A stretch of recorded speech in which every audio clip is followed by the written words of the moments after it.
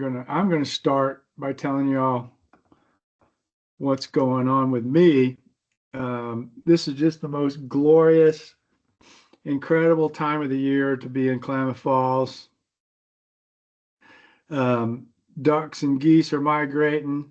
Salmon are migrating up the Klamath River. We have salmon again in Spencer Creek. Welcome to the audio conferencing just south center. of town. Please enter a conference ID followed by pound. And then, If you're the meeting organizer, press star now. is there something going on, Reva? I'm hearing some voice talking about I something. think it was somebody trying to dial in, maybe Mark Stern, but I just muted him, so it should be okay. Well, anyway, the big news is the salmon showed up at Keno Dam, which they did not appear to get past last year. And this year, they did. There's been at least a dozen that crossed Keno Dam through the fish ladder, which is a terrible Reva, fish ladder. can So you despite- let my call into the meeting? Because I can't hear you guys, so I'm calling in. Okay. Yeah, I don't see it popping up yet, but We hear you fine, Mark. But he can't hear us. So did he say he was going to call you, Reva? Okay, but anyway, pretty amazing thing. Salmon, and first time in 100 years, the salmon are in Klamath Falls, in the city limits. And in fact, yesterday I got a call that they appear to have crossed the Link River Dam through the fish ladder. And now we have Chinook salmon in Upper Klamath Lake. First time in 100 years. And they've got now, if they're successful doing that, they've got 300 miles of spawning habitat to hit. So it's a really big, it's a big deal. It was amazing that they got as far as they did last year, and this year they're going further. So it's just a great thing. So just wanted to share that with everybody. So with that, Marette has written some great articles for us. I don't know if she sent it around to everybody, but if she didn't, Reva, maybe you could do that. She did a really nice job describing our field trips, and this is just a really, really nice article. So Marette, what else are you up to? Oh, thanks. Yeah, I think Reva did send that article around. Sorry it took so long. But yeah, it was fun to do that, and got a bit of feedback on that from somebody in Camp Sherman that doesn't like the restoration signs, and also just felt they were an eyesore. They're only a couple inches large, and we talked about it in Wild and Scenic Rivers and all that. So I think he's okay. But anyway, I've just been enjoying the season like everybody else. Camping, went to the beach, did some botanizing at the Oregon Garden. There's lots of weird plants blooming there still, and just enjoying this beautiful weather.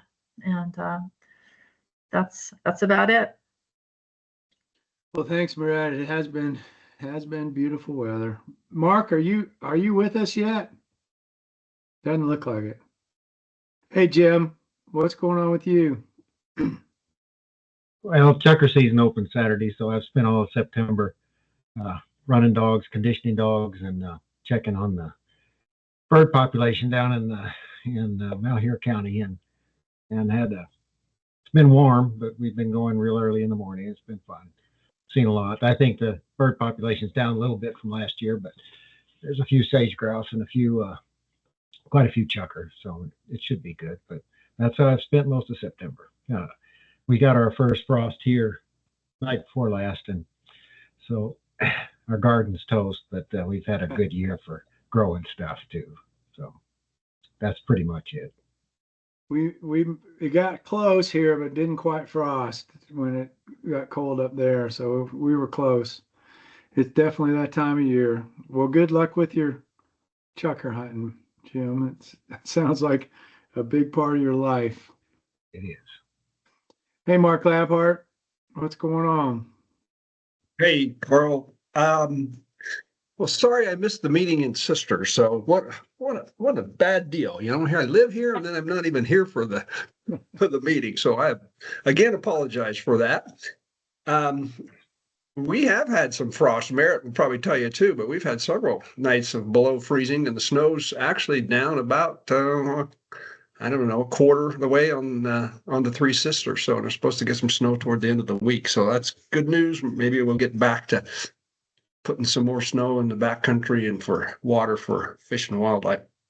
The statewide action plan was approved by the commission at our last meeting in Ontario. That is the document that goes to the U.S. Fish and Wildlife Service. It's essentially the document that talks about imperiled species and ones that are potentially in danger of going extinct or threatened or those kind of things. It's also the funding document for the agency from the U.S. Fish and Wildlife Service. And so I've been trying to follow some emails. Sarah said it's sent off, and maybe Reva might know more than I do, but it has been sent off and it got to the review team already. And so the review team is looking at it now, but I don't know what impact the government shutdown is going to have on that process. You know, I'm assuming, or maybe wrongly, but I'm assuming that it could slow it down a little bit with agency staff not able to work on reviewing that document. But that needs to be approved by the U.S. Fish and Wildlife Service, and then that will provide some funding for us, hopefully, federal funding. And we all know that federal funding is starting to go sideways on us. So hopefully there'll be some significant turnaround there, and we'll have some federal funding to implement the SWAP, the statewide action plan. There's going to be another attempt at the 1% for wildlife bill. That's the tax, the statewide lodging tax that was going to be raised by 1.25%, lowest in the nation. And 65% of that tax is generated by out-of-state visitors, and it does a significant amount of funding for ODF&W, OCRF, and a bunch of other programs. So hopefully that's going to move in the short session, which begins in February of 26. And so there's Carl and Mark and I have been working on. I can hear you, Mark. We got you, Mark. Say something again. Yo. Yeah, yo. Yes, it's working. I just called your phone number through the meeting and I think it worked. Okay, great. Great. Can you hear us? Great. Yeah, thank you. Okay, I'll quit talking about you then, Mark. So so that back to 1% for wildlife. That's going to be the number one priority for Representative Helm, and it's got some bipartisan support. And as many of you know, that made it through the House last time and was right on the very last days of potentially making it through the Senate, but didn't make it. So there's still a lot of support out there for it. So there's a number of us that are going to be working on trying to get that across the finish line. I also want to compliment Merritt for her article. I thought it was really good. And Merritt, don't fret. No deed ever goes unpunished. So if somebody that's complaining about 2-inch signs, just blow it off. It was an excellent article and well presented. And I thought you just did a great job of telling the story. So, and again, you know, I think it's, I think we might have said this at the last meeting that it's great to have Reva on full time now. With the budget approved, we have her, for as long as she wants to stay with us, hopefully a long time. So it's good to see that she's got some stability now and not have to worry about the potential budget cuts and those kind of things. So that's the end of my report, unless there's any questions anybody has. Thanks, Mark. Sristi's not with us today, but Sristi is working very hard on the 1% bill.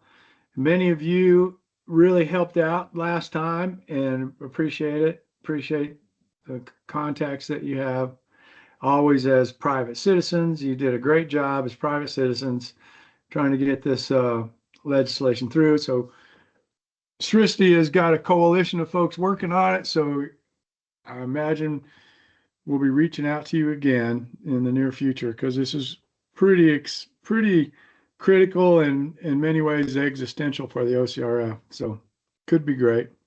I'd just like to add to that, Christie's been a huge player and with contacts and making contacts and working the trap line too. So you're right, Carl, deserves a huge amount of credit. Huge amount. Agreed. All right. Hey, Mauricio, what's happening, man? Hello, everyone, and happy to be here. Apologize for my forced absence in the past, but I am happy to continue this work with all of you. Happy that Riva is with us, as you said, Commissioner Leibhardt,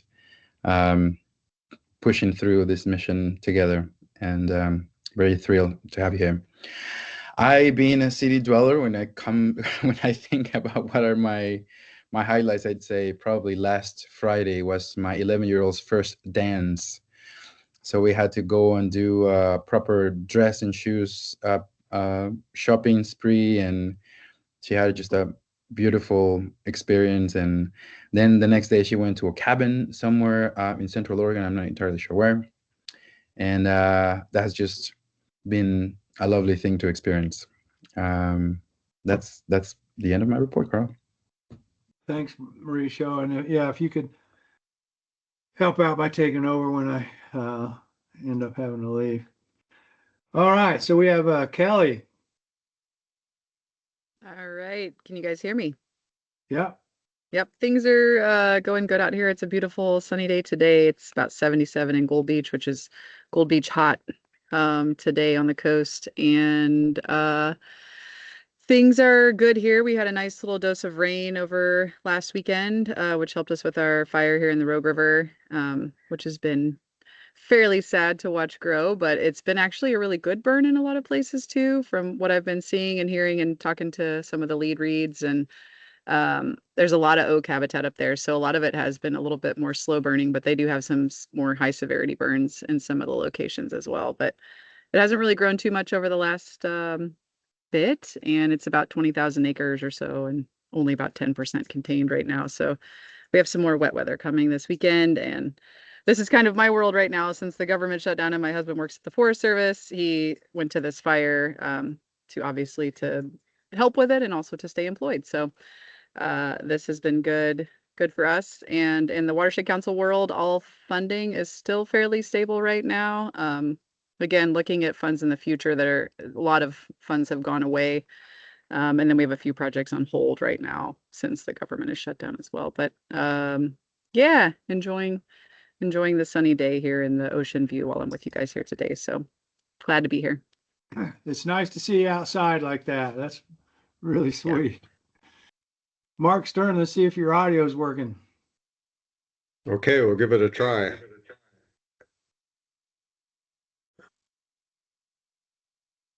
Yeah, it was working. Give it a try. How's this sound? Got it. Good. Yeah, maybe just a couple things to share. Last week, I was actually down in the Coos Bay area. We had a private forest accord couple-day field trip meeting retreat, and we toured around in the Coquille Valley quite a bit. A couple of the watershed councils gave us a tour of the tide gates they've been working on, and some really big, impressive projects there with tide gates, which are not small structures. They're multi-million-dollar structures that sort of go hand in hand with working landscapes with kind of the ranching farm community down there with cattle management, and then creating mostly overwintering coho habitat in the winter there. So that was neat to see. We also saw drainage where they're putting in large woody debris, and it was really interesting to just see how quickly those streams respond to large woody debris being put in the streams with the gravels and the sediment accumulating behind them, and fish, in this case coho, spawning within a year of all this being set up. So that was all pretty neat. It rained really hard one morning, so we got a very soggy morning field trip, but everybody hung tough with it. And then otherwise, we spent a couple days in Central Oregon. I hiked up to the top of Black Butte just to look around, thinking I could look out over on the Flat Fire and see where it was relative to Moret's home and all that. But you're blocked a little bit by Green Ridge up there. So I could see where it burned on top of Green Ridge, but not back over on the other side. But thankfully that fire didn't really impinge on, get to private homes to any great extent. So that's the word from here. Thanks, Mark. So again, Reva, I think you all know, is our permanent staff person, and really, it's great having you, Reva. So let's hear what you've been up Thank you all to. so much. Thanks for the kind words. Yes, I guess you're stuck with me a little bit longer here as your coordinator. So what have I been up to? Well, we recently, my husband and I got a travel van, and so we've been having fun with that this summer. It's been able to get us outside more often, going to the coast and Mary's Peak and Mount Rainier, and we've just been able to kind of get out there more with it. So it's been nice. Really enjoyed it.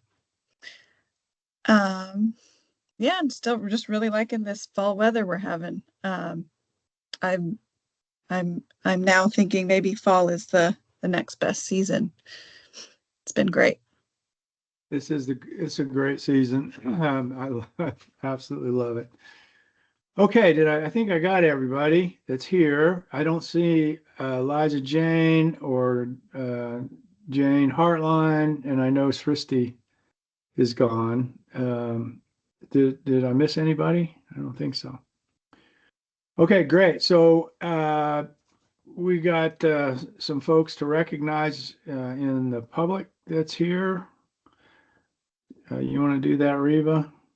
Sure. I see Misty Buckley has joined. Thank you for joining, Misty. I see a recent grantee has joined, Amy Nashkill from the Bird Alliance of Oregon. Thank you for joining. And then I think those are the members of the public that I see. And then of course we have ODFW staff, Tiffany Caldwell and Adam Baylor, and of course Sarah Reif. Great. Yes. Glad to have you all here. There's a phone number. Is that Mark? Yes, that's Mark. Mhm. That's right. Okay, great. Well then, let's move on to the minutes. Always an exciting time for us.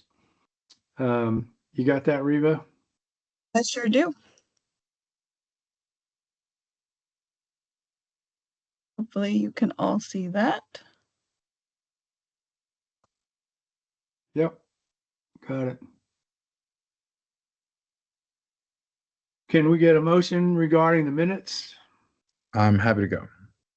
I move to approve the July 29th, 2025 meeting minutes with the continued authority to correct spelling, grammar, and punctuation. I'll second that.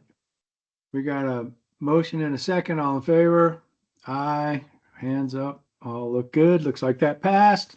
Great. So there's a little change in our agenda because the folks that are going to present on their project couldn't do it till later. So we're going to move some things up, and we're moving into actually some really important discussions, and we really got some hard questions to answer. And so it's really important to start with this budget update. Did you want to do the public comment first, Reva? That's how we have it on the agenda, Carl, but that's up to you if you'd like to move that's it later. fine. Let's do that. Let's go ahead and have public comment now. And then our next discussion is Reva's going to give us a budget update that will inform decisions as we move forward. That's So, right. So, go ahead with public comment. all right. So if there are any of the members who have joined today, if they'd like to offer comment on our agenda items or strategic priorities for the OCRF, now would be the time. And I'll just check the chat. I think we got something. Nope, that was just a comment from Amy. Okay, I don't see any public comment for today, so we can go ahead and close it. Okay, great. All right, so with that, again, Reva, I think you prepared an update. We got to look at our numbers. We have to figure out what we're going to do in the interim. I think we all are hopeful that the 1% for Wildlife bill will pass. But for the meantime, we did not get any new funding this year other than the wildlife crossing funding that became available. But we have some money in the bank, more or less, and Reva's going to line that out for us and kind of give us an idea of what we've got. That's right. So I am going to start right off with budget and talking about what you have in your base program. So that is, and this is after the round 9, your recent grant solicitations have been allocated to projects. So that has been removed from drought package and base program. And that leaves you with about 800,000 in your base program for the biennium for 2025 through 2027. And a projected estimate of what you may receive through the electronic licensing system when folks are checking out for hunting and angler licenses is about 100,000 a year, or 220K for the biennium. And you're currently receiving interest from the drought package funding and base program funds, but that will be kind of decreasing as you allocate those funds out and as they get expended to projects. So you can anticipate the future interest to be less than your current interest. Believe the current interest that was just deposited was 327,000 was deposited to your base program, and then from ELS was 233,000 from the most recent biennium. Wow. So that's what. Reva, that just before we leave that ELS part, I mean, that is going to be a potentially really key piece in what we're able to do.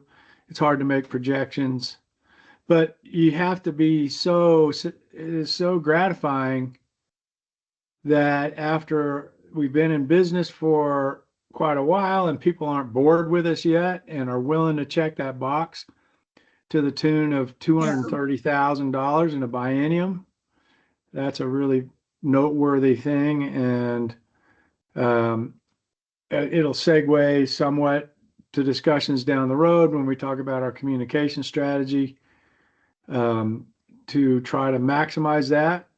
I think we have to, in terms of considering what money we have for that base program, I think it's hard to add a whole lot to the 810 that we have, even though it likely is going to be more. But at this point, I would sort of look at it like we had 810,000 in that budget. Okay, Reva, sorry, go ahead. No worries. And then, so for drought package, all of those have been committed to projects from your last round. And then ARPA, all have been committed to projects. And then for your lottery bond funds, you have 3.93 million remaining to allocate, and you have allocated 1,069,000 has been committed to 3 different projects. And Reva has an update on that with potentially some good news. And she'll get into that later in the day. It just occurred to me, looking at, you see the drought package is 0, ARPA is 0. We've laid out a lot of funds, and at the same time, Reva has been working in the background, getting all that money on the ground. So seeing those 0 numbers is actually a positive thing. We got the money, we did what we needed to do and allocated it, and the mechanics of distributing that money are happening, and so we're down to zero. So that is not a bad thing. It's a good thing. You've gotten money off the ground, projects off the ground with all those funds. Yep, That's awesome. That's Hey, right. is the lottery bonds, the 3.93 million, is that the total or is that the less the 1 million that's committed already? that's the 1 million that's Okay. committed. So you started out with Thank you. 5 million, and now Okay, you great. have 3.9 remaining to figure out how to spend. Thank you. Yeah. And Reva, just to clarify, the 327,000 that was interest money, that's now part of the 810. That's right. Yeah. So, and I'm not Okay. exactly sure when they calculate that interest. But that is what Brandon Combs, our budget analyst, informed me, was that from the most recent interest calculations from this biennium that he calculated, he put in there was revenue of 327,000 from interest that's in that base program. Got it. So Thank you. some of your money is making money. And that's in there. That's going to turn out to be a lifesaver in many ways. I'm glad we were wise in how that was allocated. Whoever was wise in allocating that, it wasn't us, but that's a great thing. Riva, just to clarify that 327 was just OCRF. It wasn't also PFA. Yeah, that was just OCRF, and it was, so this is when, this is based off of a much larger value of when you had a lot of drought package funding, and so it accumulated. And I don't want to speculate the timeline because I don't have that information, but Brandon Combs, he did calculate, he has to split up between PFA and OCRF interest. And that was what was calculated from OCRF's funding as interest. Yeah.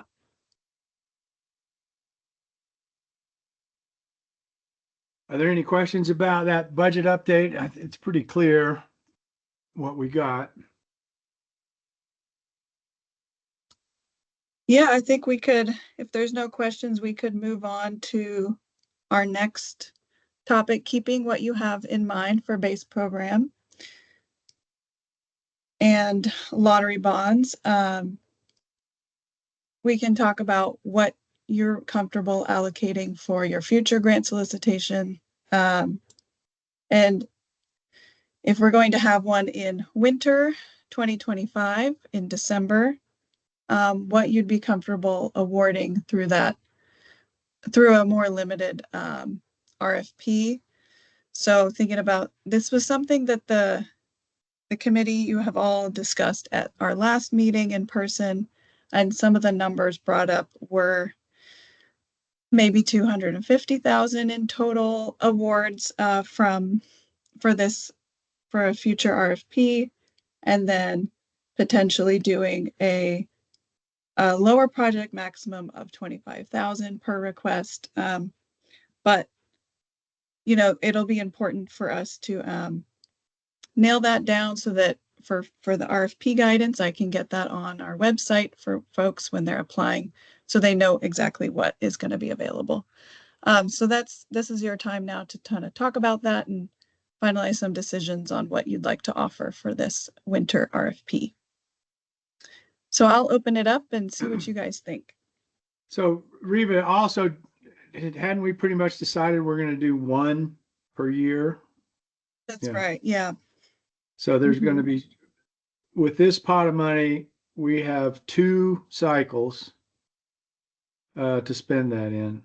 So just to get that, that's right, Reva, isn't it? We got 2 more before the biennium's over. So we're just going to do these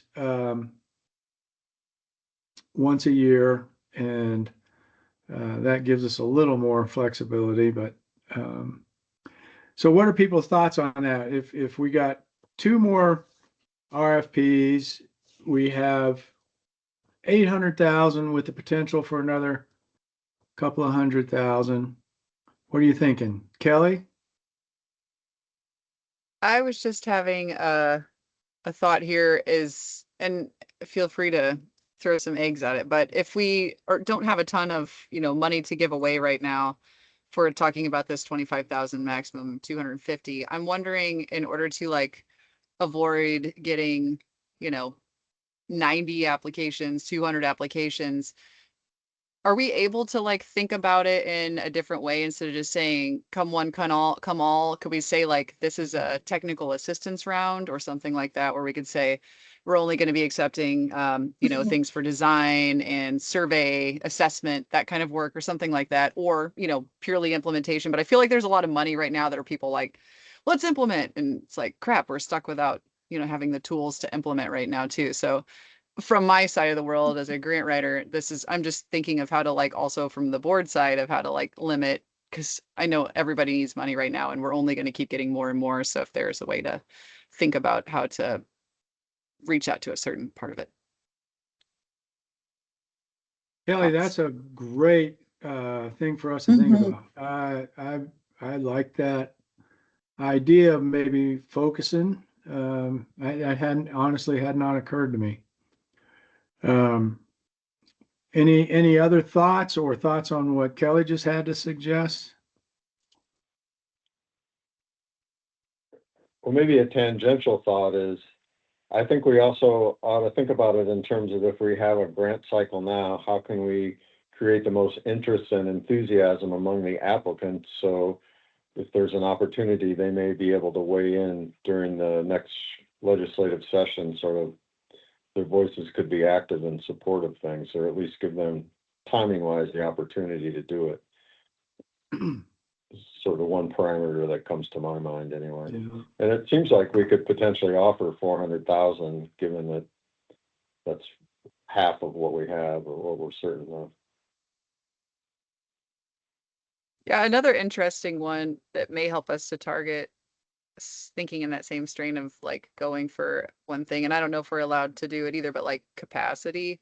I know there's a lot of organizations that we are trying to reach out to that don't maybe have the expertise or, the experience getting these grants either. So maybe something like a capacity grant to build their knowledge and understanding or work with a consultant or something like that might be important too, especially when a lot of people have lost funding.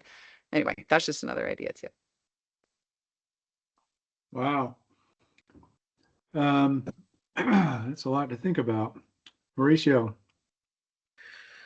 Along the lines of what Kelly's proposing, I think maybe we could do a small analysis of maybe sources of funding that are a higher risk of being lost over time, and what areas we could be more supportive of, and perhaps even which ones from past applicants have had what we considered would be the highest impact. So similar to what you were suggesting, Kelly, maybe there are some that are the brink of closing a research project that could really have long-term effects, then maybe does not require the same amount of funding. That's something that is more like construction-based, for instance, that we know are extremely expensive. So that might be another interesting criterion that we could use moving forward. Man, I so appreciate the thoughts that you guys are coming up with. It makes this, if we're really strategic about how we think, and honestly, I'm just kind of bummed out we didn't have any money and didn't think too much about how we could leverage what we got and just make it more worthwhile. So thank you for bringing those ideas up. I think those are really have a lot of merit in discussion. And I think Mark's proposal, maybe we could do 400,000. I think that's probably very viable. Assuming, so let's just for the discussion, what are some of the ideas of how we could focus more on a particular thing we're trying to achieve? And I'll ask Kelly this because she is right in the middle of it. I mean, there's all, as you have pointed out, there's a lot of turmoil, a lot of unknowns. And in the world that you're in, Kelly, and you mentioned planning and technical assistance, as possibilities. What's the most, where's the most bang for our buck? If we're not talking huge dollars to build giant things, and we're talking about really helping these organizations. And as Mark pointed out, let's give them a lifeline if we can, in a very dire time. So Kelly, do you have any more thoughts on that?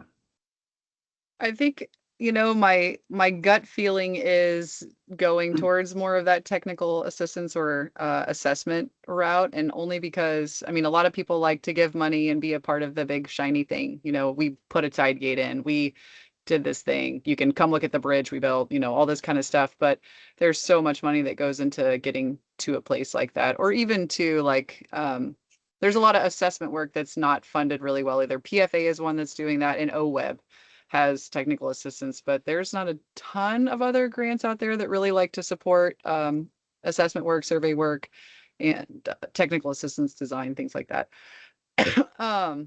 So, and $25,000 would definitely still get you somewhere in those realms as well. I mean, you could certainly help somebody with a lot of assessment work for those kind of funds. So I do feel like it would be bang for your buck. It's just an initial thought, but yeah, there's a lot of people that are getting funding pulled right now. That's just, I don't really know what to do to, and they're more on that DEI train, and that's why their funding is gone, which is really, really unfortunate. So I'm going to let someone with more experience in that realm, if there's a way for us to there's something through there. Mauricio? Very much in sync again, Kelly. I think that maybe the lens by which we approach this next round could be resilience. And so if we provide a certain sort of like that may get you through what, there are organizations that are struggling for a very specific reason, and maybe one of them would be to develop a resiliency plan, that is 2, 3, 4 years out. And that could require, like Kelly said, maybe a consultant, maybe it could be a restructuring plan. I suspect that there are a lot of folks that are just imagining how is it that they're going to make it to the next phase. And if that is the criteria that we put out in the RFP, I suspect that we're going to get a lot of folks with brilliant ideas of how is it that they're going to make it through this wave. And that probably within the realm of $25,000 seems like a reasonable amount of money. Wow. I like the way this is going. Anyone else? Mark Labhart or Jim Hammond has, a couple of people had their hands up. Jim? I'm sorry, Mark Stern first. Jim, go ahead. Okay. One of the things we discussed in Sisters was perhaps setting aside some money for small projects and maybe less than $10,000. I think if we did that, we'd probably want to have an abbreviated application process. But I do think there's some value to that in terms of spreading this money around, keeping us active, and also maybe including other groups and individuals that might not be included in these larger numbers, or recognizing that they're in a different class. I don't know. I just think there's some advantages to allocating smaller amounts of money and setting that aside and letting folks know that. I just wanted to toss that out. Good. Jim, can you explain that? Can you explain that a little better? Are you talking about saying, okay, are you talking about changing the project maximum, or having a separate thing where it's like there's $10,000 and I think ideally we would set aside a given amount of money for small projects. And if you look at some of the small projects that we've received applications for, some of them are very worthwhile. They just don't compete very well with, sometimes it's the application, but also sometimes it's just the criteria. But I think that there's some value to that in terms of getting our mission out and including people individuals and groups that might not be involved with these larger style projects. Particularly given the fact that we don't have much money to go with now. So that's just an idea. That's all it is. I like that too. Marat? I think Jane is first. Oh, who's first? Jane. I've got my Okay, hand up. sorry, I can't That's see okay. everybody. Can't see anybody. Oh, okay. I kind of like Jim's idea. Since we don't have a lot of money, I think we could make it go a longer way if we had like a maximum of 20 or 25,000. And if people want to ask for resiliency money, that might be fine. But I think there's also just a lot of really great projects out there that could benefit from 10 to 25,000. And another thing to think about on that, on the last round, I know of 6 projects proposals that did not make the cut for OCRF that either our foundation or Oregon Wildlife Foundation has stepped up to the plate on. And that can happen again. But I think that money is going to be more likely to be for projects and not just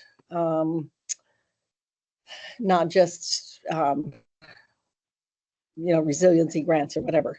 So I'd hate to see you put it all into the resiliency category when I know that there are all these great projects that need some money. And what's interesting is since we don't give out $100,000 grants, which was what we got a lot of in the last round, it's amazing how many of these folks, if you contact them, even though they ask OCRF for $100,000, they're just as happy as can be to get $5,000 to $10,000 to $15,000 to get their projects started and get through like the next season. And during that time, look for more money. So that would be my proposal, is that we go with the 400,000. The maximum grant request would be 20 or 25,000. And that we not get too constrained on what we're going to have people ask for. We could have something that maybe people don't even know that we would potentially fund a resilience plan. You can say that that's acceptable to apply, or technical assistance. You know, that like OWEB, it specifically says this is a technical assistance program. We could say that those would be acceptable, and that way we're not limiting ourselves, but we're opening it up to all those different things, and then it becomes a competitive thing. Who's got the most compelling project? But that I like all of these ideas. I really do. Marat? Well, I'm always a big proponent of leverage, and I know it's one of the criteria we rank projects on as partnerships, but I wonder if we could elevate that somehow and ask for projects that are particularly strong in partners, because I think that's the wave of the future for many organizations, is that they just are going to have to find others to work with, and if we could encourage that. So I don't know how to exactly do that, but just encourage partnership proposals. Thanks, Marat. Mark Stern? Yeah, I think I was just going to second Jane's comments, that I think there are definitely some merit to technical assistance and resiliency, but I also wouldn't want to exclude some of the other projects, whether it's more surveys for bats or turtles or amphibians, because I think some of those are important to carry forth too. So I think maybe Carl, you summed it up, making it clear that some of the technical assistance and resilience capacity are eligible, but that we're also taking the other grants as well. So a lot of this is going to be how we frame the RFP itself and what we say. I, as usual, this committee always just astounds me on how you guys think and come up with things, and I love it. It makes me feel a lot better about it. And we can, and that makes us look good It makes us compelling that we're trying to address these issues. And as to Mark's point, to help us get support for this 1% wildlife bill. So I like that quite a bit. Mark Is there? Oh, Mark Labhart, have you got anything to say? And first of all, Jane, have you been here all this time? For some reason, you were not coming up on my screen.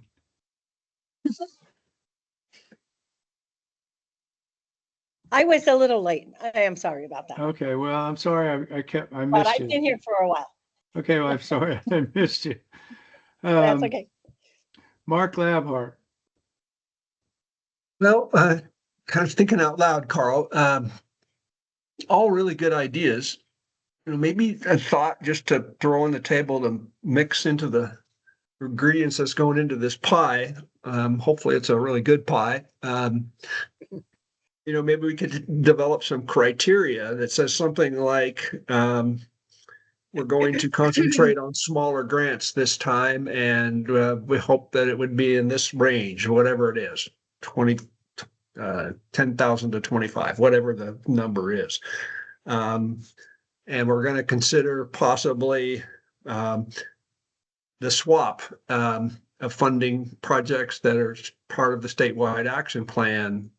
Because a lot of the stuff that we do is related to the statewide action plan. And, you know, maybe we could also say we're going to look at criteria for, you know, conservation.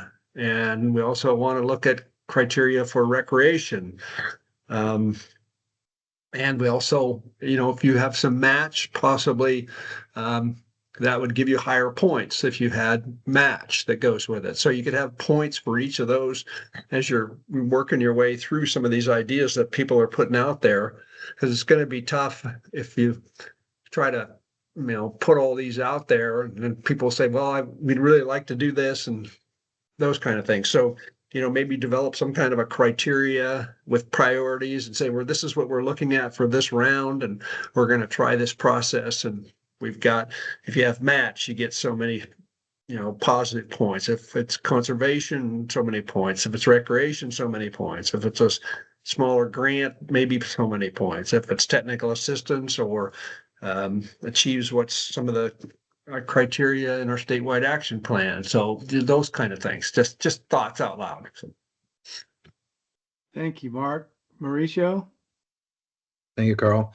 I think when I was thinking about resiliency, I wasn't necessarily speaking about or thinking about organizational resiliency. I was thinking also, like, let's say there is a turtle project that just recently, for some reason, could not complete the work.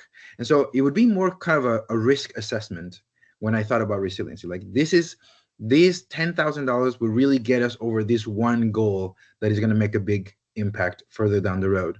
And I think there may be some synchronicity based on what I'm reading from Sarah Reif, that if the timing is right, like you were saying, Commissioner Labhart, maybe it's how we prioritize which projects tend to have the highest degree of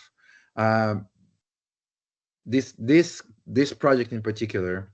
It's $5,000 away from just getting to this one hardship that has been affected by. And so if that is the narrative, that's more or less what I was thinking in terms of resiliency. Sarah, it sounds like you have some thoughts on that. Sarah Reif? Thanks, Carl.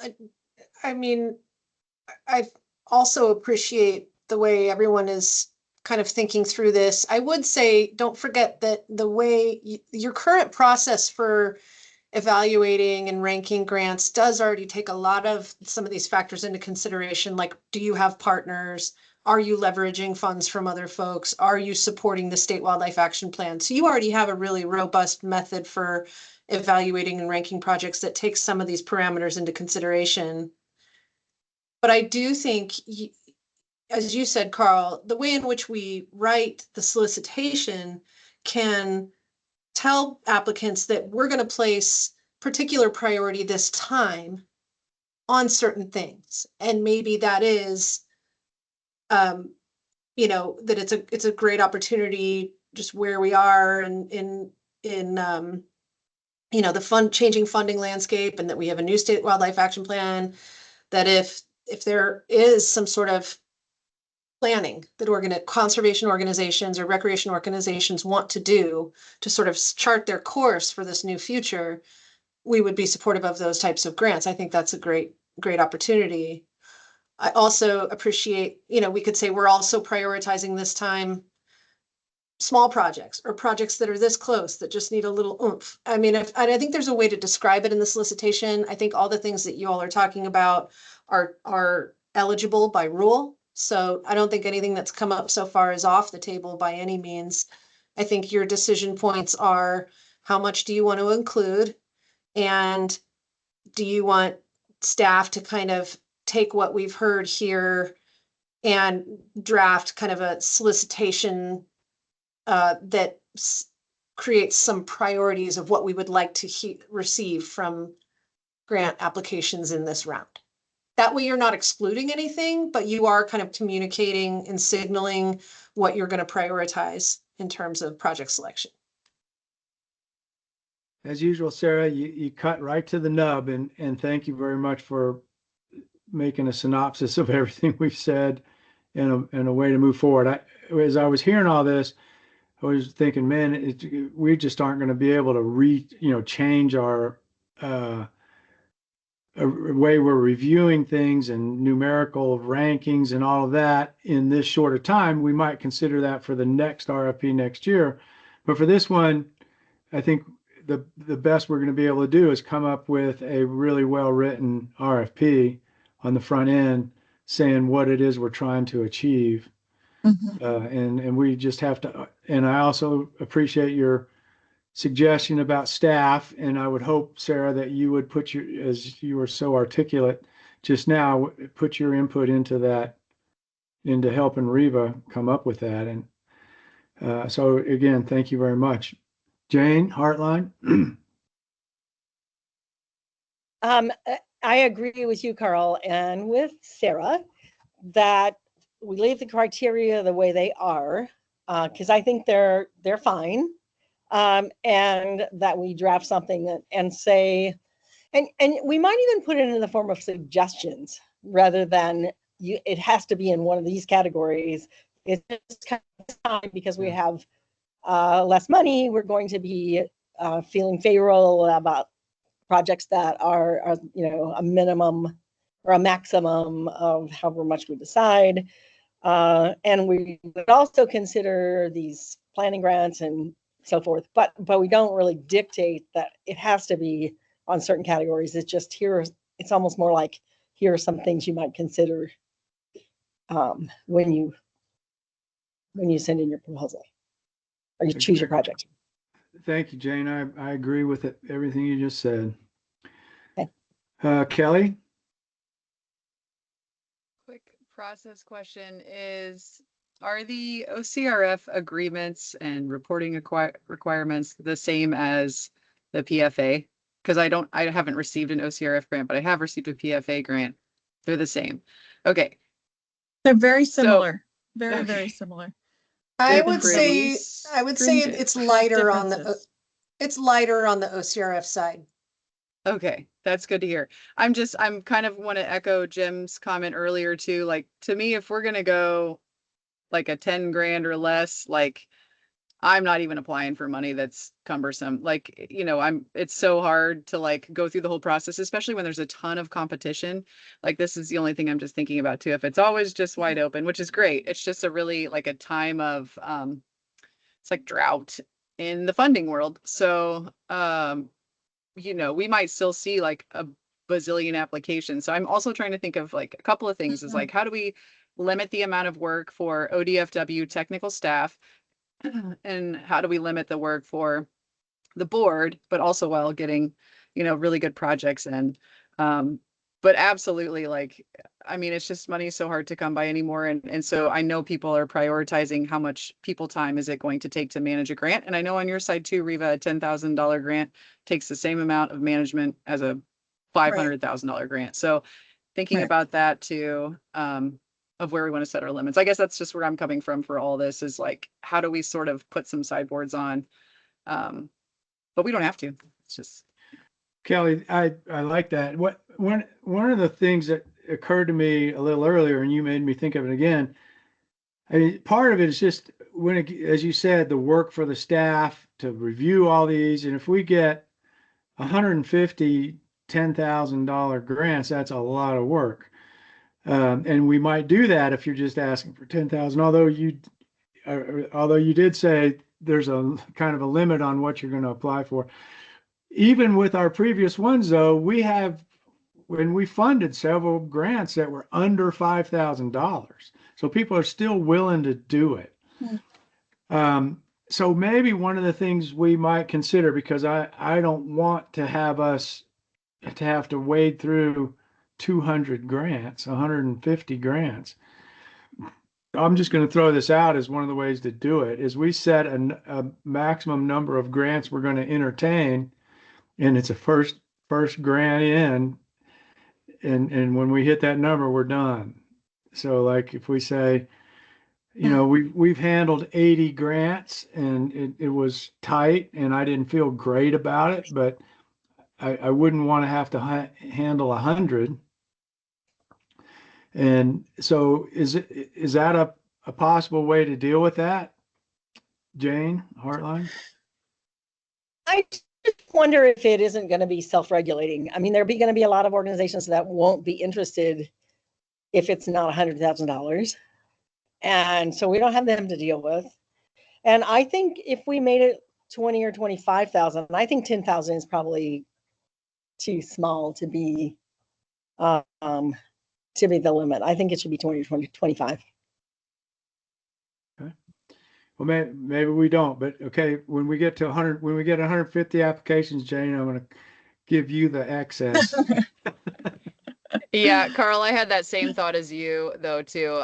That was another one of the tactics I was thinking was like, you know, in the announcement, you say, we're able to accept up to whatever, 60 grants or 65 grants or whatever it is. And then after that, you know, we'll close. But I don't really know how you manage that because how will people know, you know, unless you're having some tally on the website or something, updating them so they know, oh, I've forgotten, you're like racing to write it and someone else gets it in at the last minute and I don't know. Sarah Reif, That would be tricky. do you have any thoughts on that, Sarah Reif? Just in terms of the staff commitment. Yeah, and- it's so hard. I mean, part of what makes the administration of a grant so challenging is the risk assessment, depending on the work proposed. So there's like insurance, things that get cumbersome. There's the review and the processing to just hand over money is kind of the same, whether it's 10K, 100K, a million. You know, if someone wants to do a 2,000, you know, if someone wants to do a small project that is just engaging volunteers in an exercise, that's pretty easy. If someone wants to go tag 2 sharks, well, that's a higher risk project. And, you know, even though it's under 10,000, it's like really risky and requires the same amount of paperwork. So yeah, I'm sitting here kind of not knowing how you prioritize really small proposals and agreements unless you consider something like a block grant to another organization that can manage that administrative responsibility. There's still obligations conveyed through a sub agreement or subcontract, which is what that would be, subgrant, but at least the administrative workload would fall to another third-party organization. So that'd be one way you could manage that for really small projects, or you can just kind of let what comes in come in, and you'll consider anything from small to big up to your max. So I Reva, have Reva, you one had your hand thought. up. Yeah, thanks, Carl. I have a thought for a more gentle way to kind of put a slight limit on how many we receive. And I noticed in the last round there were a couple organizations that applied for more than one grant. So we could limit it by saying only one grant per organization we'll be accepting in this round. That's a thought that I like that. The other thing too is shortening the window that you're allowed to get a grant Right. in. And I have So- the timeline later on. Maybe we could think about that if you're going to shorten the window from 60 days to 50 or whatever that may be. Well, I tell you, I think I think we've got some great ideas and a general sense of what the committee's thinking. Why don't we move on to that, Reva, and see, kind of the timetable of Okay. the whole thing, and then maybe we can flesh this out in a way that that works, and that you're not going to end up getting overwhelmed, and we won't have to review thousands of projects. So let's Yeah. take a look at that. And so just to confirm, Carl, so the committee's not ready at this time to decide on a maximum grant request Well, for the I think RFP. we can do that as I'm okay with if that makes it simpler, then let's do that. Let's get that over with. But first, I just noticed Mark Labhart has his hand up. Rather than punting, Carl, maybe how about this for an idea? The staff, both Sarah and Reva, have heard all the input that's been provided, and we direct them to go ahead and draft up a straw man, if you will, and then give it back to maybe you and Mauricio as chair and vice chair, and you guys look it over and massage it, and then send it out to the rest of the committee and say, here's what we've come up with. Are you okay with that? And that way it kind of moves us toward a decision rather than kind of all over the place, which is, great ideas, but we've got to get to a decision. So what's your thoughts on that? I like that, Mark. Sarah, is that something that you're comfortable with?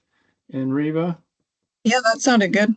Mm-hmm. I think if we can, in the public forum that we're in right now, if we can get direction from you on the dollar amount and the max per project, I think we heard enough about encouraging certain project types while still being inclusive that we can create the narrative that goes with that solicitation, but maybe let's nail the dollar amount and the max while we're here. Agreed. So we have a draft up. Is there any, and 25,000 seems to be a good number in that's enough to make the work worth it and also can be meaningful in a project. So do we have anyone that's willing to make a motion?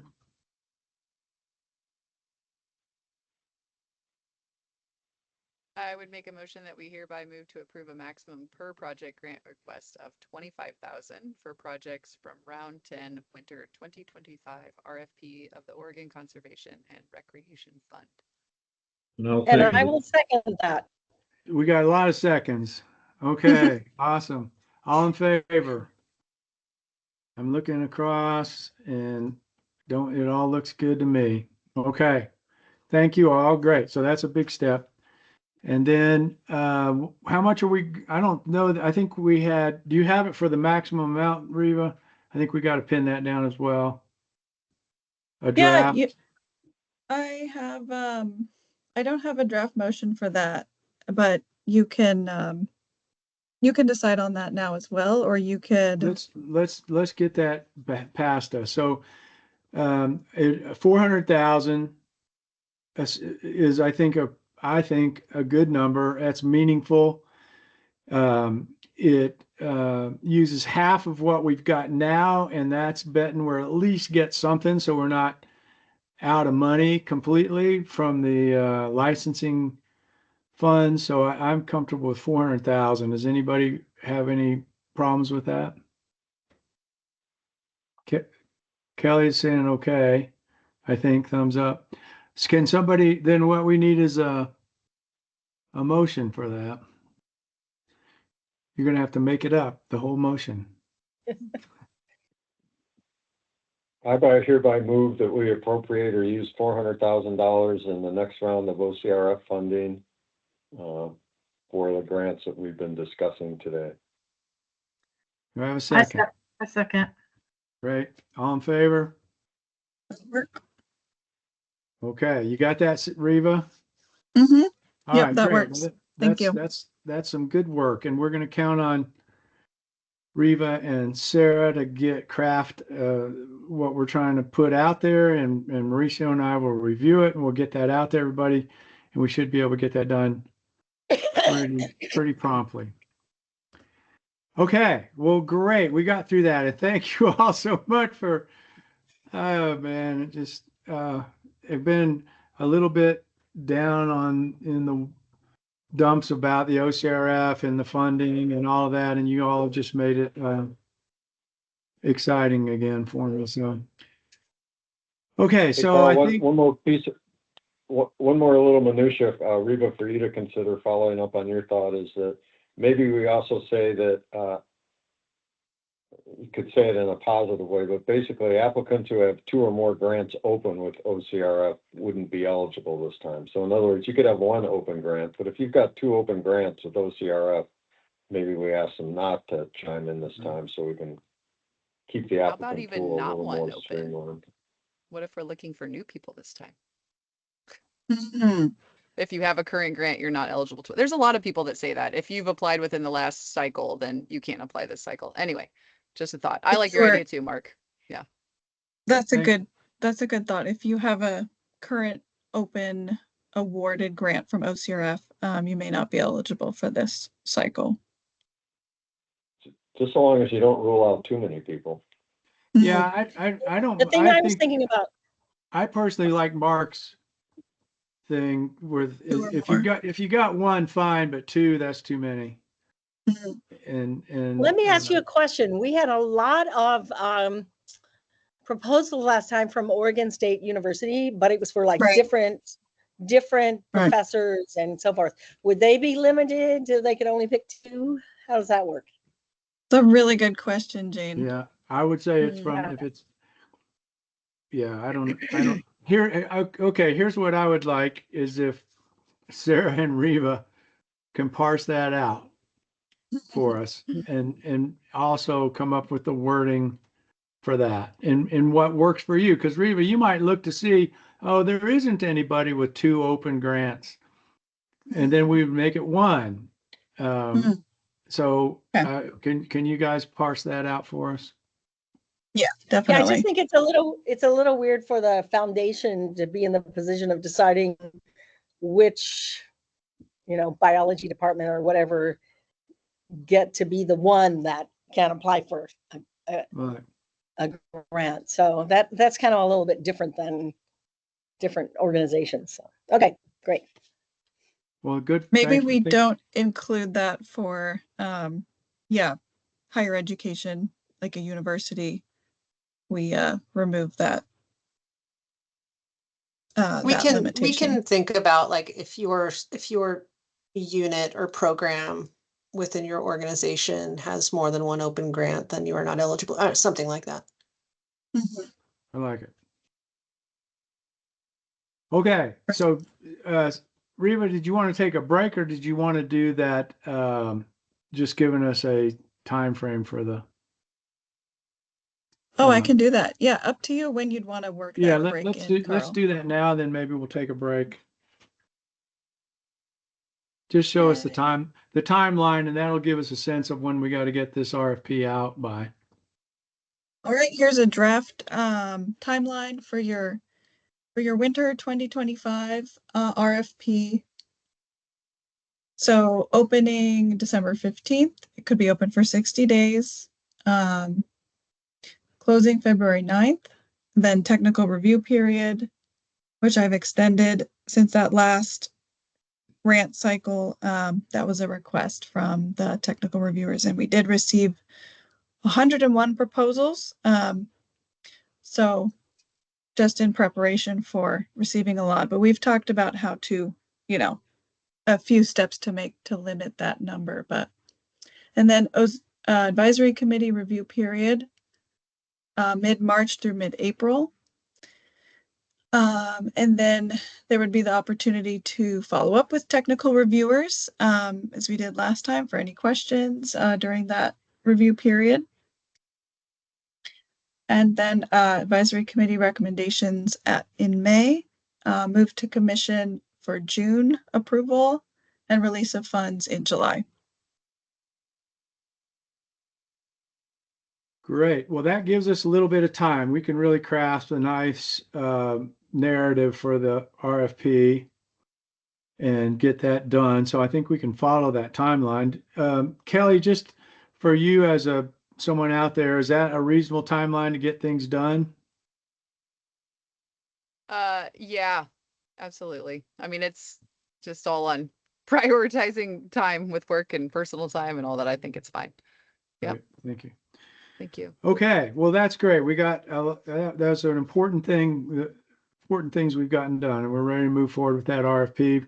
We'll just craft it the way it's worded and get that out to you all and move from there. So fantastic. So we do have some other really important things to discuss. It is now 2:11. Why don't we plan on coming back from break at 2:20?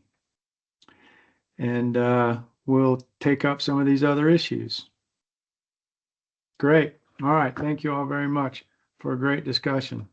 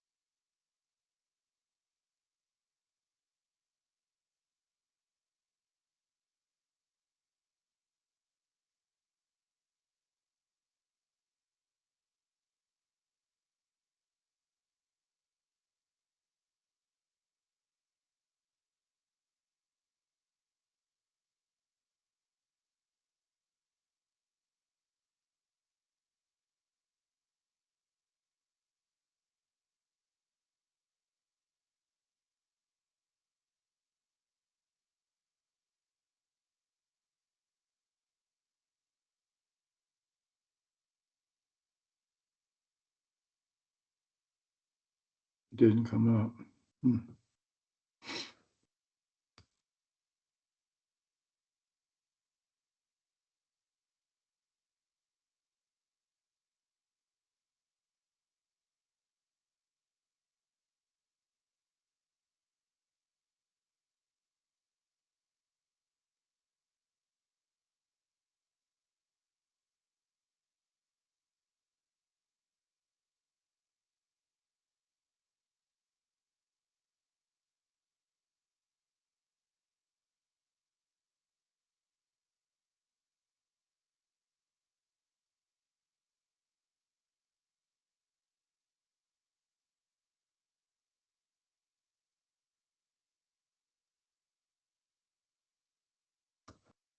Reva, did you want to do the strategic communications now? Is that what we have next? That is what we have next on our agenda, Carl. That's right. Yeah, let me go ahead and share that. And I think we have Adam Baylor and Sarah Reif that are going to be talking about communications planning. Just make sure that Adam has come back from break. Oh yeah, yes, okay. Sorry, I didn't see you there, Adam, for a second. I'm here. Okay, let me just pull up the slides and then you guys can take it away.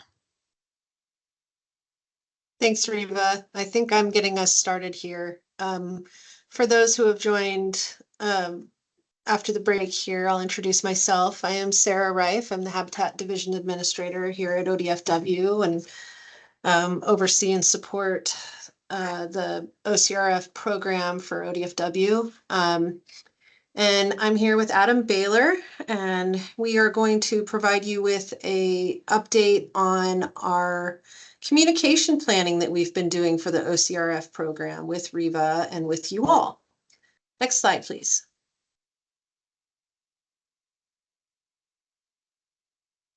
So a little bit of context that would be helpful in terms of how right in this moment the OCRF communications kind of fit into some larger communications efforts that are going on in the department.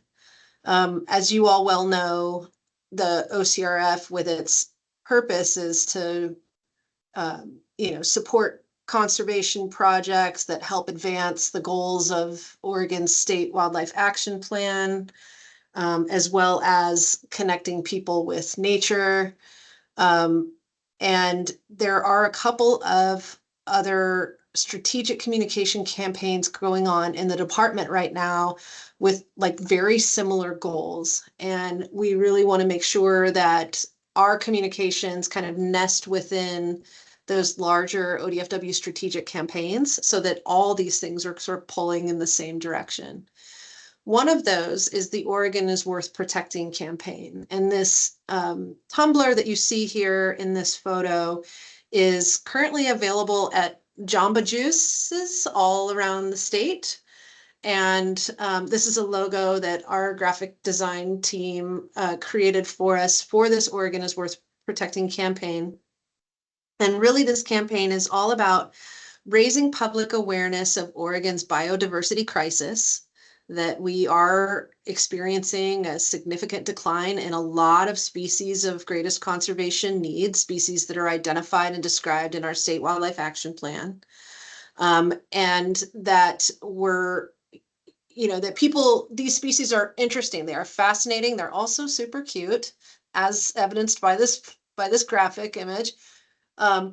When folks buy one of these cups at Jamba Juice, who's been an amazing partner for this campaign, they also, in addition to getting a memorized spiel from their salesperson at Jamba Juice, who has to be able to recite some facts about these species, on the backside of this tumbler is also a lot of information about Oregon's imperiled species, as well as a link to OregonIsWorthProtecting.com, which has a lot more information about Oregon's biodiversity crisis and about how individuals can get involved in conservation.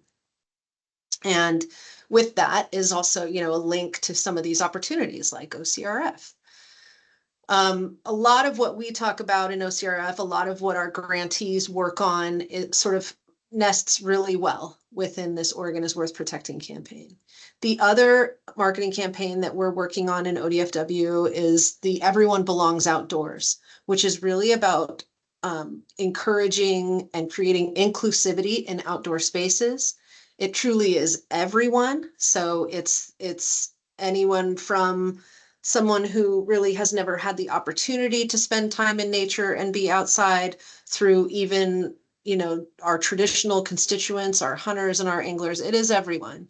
And we're embracing this initiative in the work that our staff are doing, in our partnerships that we're working on going forward. It's somewhat of a new concept for us, but these are two strategic campaigns going on in the department that just link beautifully with what OCRF is all about. So wanted to provide that context. Next slide.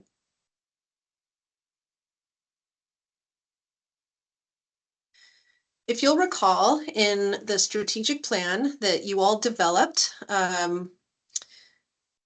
when did we finalize that, Revo? That was just last year? Time moves so fast. Last year, maybe June, we had the final. Yeah. So we had, if you'll recall from our strategic plan, communication and storytelling was paramount for us. We really knew that we wanted to have broader awareness of the OCRF program, broader understanding and appreciation for the OCRF program, and some specific indicators by which we wanted to measure ourselves or know that we were making progress. So we knew we wanted to develop a communication strategy, and we wanted to collaborate with the Oregon Wildlife Foundation to secure a contract for a communications consultant to help us develop a communication strategy. We know that over time, we hope to have positive responses to updated messaging from multiple and diverse and interested parties. Our goal is to have a minimum of 2 success story narratives and multimedia packages per year. And we also know that we want to measure ourselves by increasing the number of applications received from non-traditional groups. So one of the key things that right out of the gate, action items that we identified when we elevated communication and broader awareness as one of our goals, was to build this communication strategy. Next slide.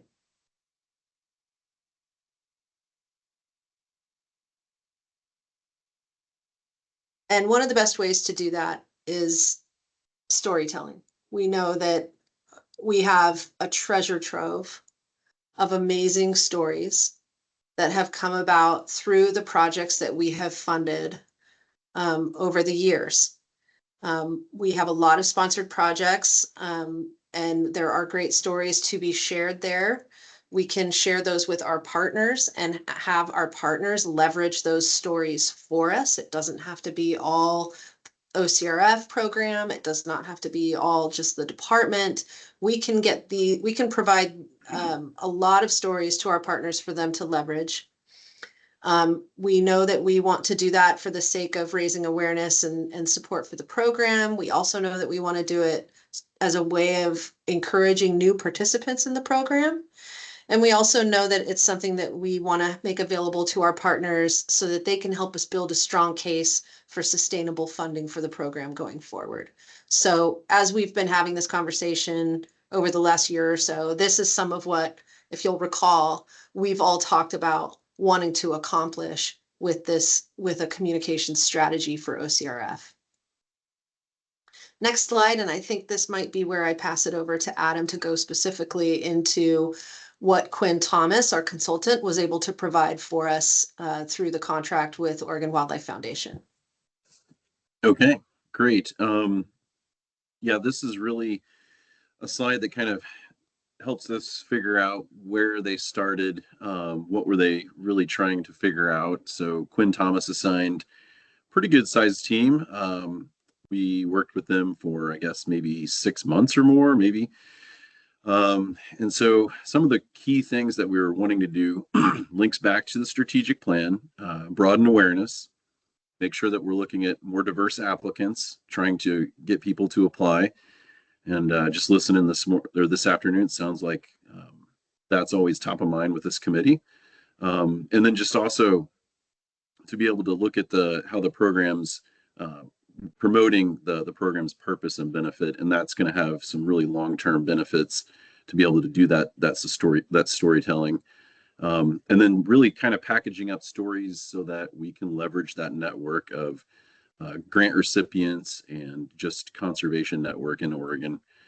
And then they also looked at how to get some more private funds coming in from different sectors. So we've got a bit of a toolkit we'll show you in a little bit. Next slide, please.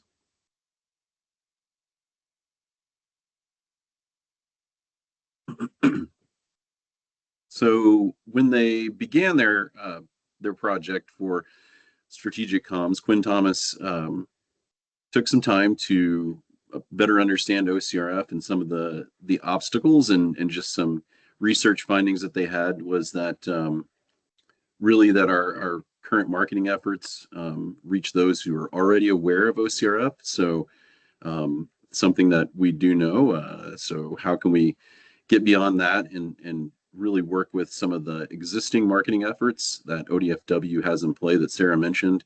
I think that'll help a lot. We also have content that's focused on a lot of our grant announcements in a smaller amount on really some of those big milestones. They also took a look at updating our logo. So, when we built OCRF, the Oregon Wildlife Foundation staff helped create that logo, and we've used it alongside with ODFW's logo, but we're looking to update that. So we're working on that. And then, of course, need to reach more diverse and underserved communities and to craft content for those donors. And again, we'll show you a bit of what Quinn Thomas created in that. So next slide. And I think it's worth mentioning, we are using the photos from OCRF grant recipients in this slide deck. We're going to continue to build that photo cache, and that's part of our storytelling, is to have good imagery, encouraging those projects to get those photos to us. That's another key part of the process. So their recommendations: increase your content, your storytelling frequency. So really, how do you do that with various platforms and within ODFW, but also other organizations? How can we increase that content and get the message out there about the success from OCRF? Of course, developing the brand further. That's anything from updates to the color palette, of course, the logo, but again, focusing on key messaging and some of those products you'll take a look, or you maybe have already taken a look at, but we'll show you those in a little bit. And then continuing to focus on our outdoor equity component to OCRF and being intentional with those diverse audiences and having a better plan to be more targeted to make sure that we're meeting people where we need to be. Being deliberate and connecting with potential donors, I think, is going to be an ongoing project, but there's some tools to help with that as we kind of move through that into the future. Next slide.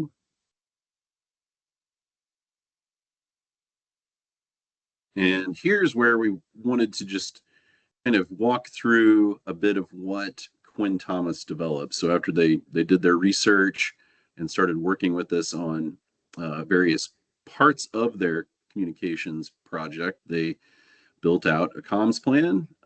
They discussed roles and responsibilities, who's going to do the work, how can we advance this at a tactical level. So we've got a bit of an analysis of that.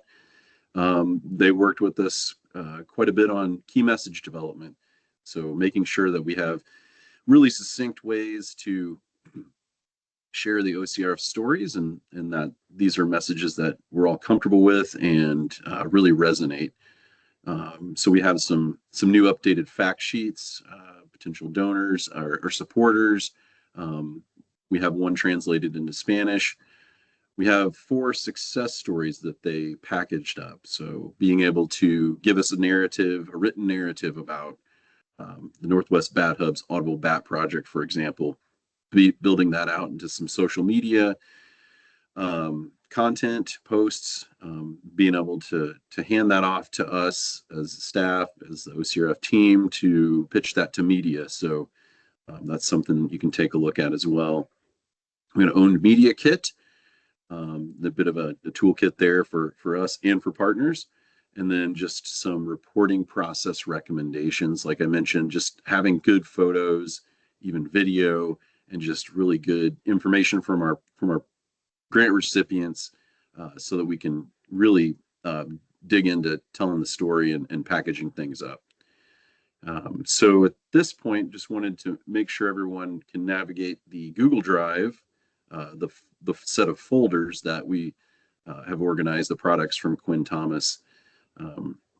Riva was just going to quickly show that that folder structure, so you're all very familiar. And we just wanted this to be quick and easy for you to find things, to understand really what this work, what this got us. So you have your strategic plan, and then the second one is from Quinn Thomas, their communications plan. And in that is a PDF that you can go through, take a look at that. There's some pretty good information in there. It does walk through, obviously, the timeline. Here's what they did.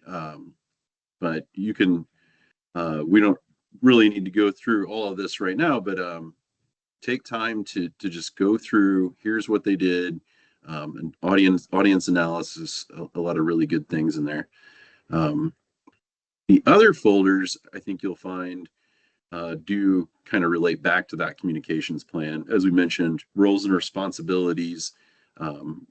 We've got Riva, at permanent position, full-time, part of my time, part of our team's work that we do. So you'll see our names on that, but it really kind of helps understand what's the roadmap for getting this work done, and how we can increase, again, that storytelling.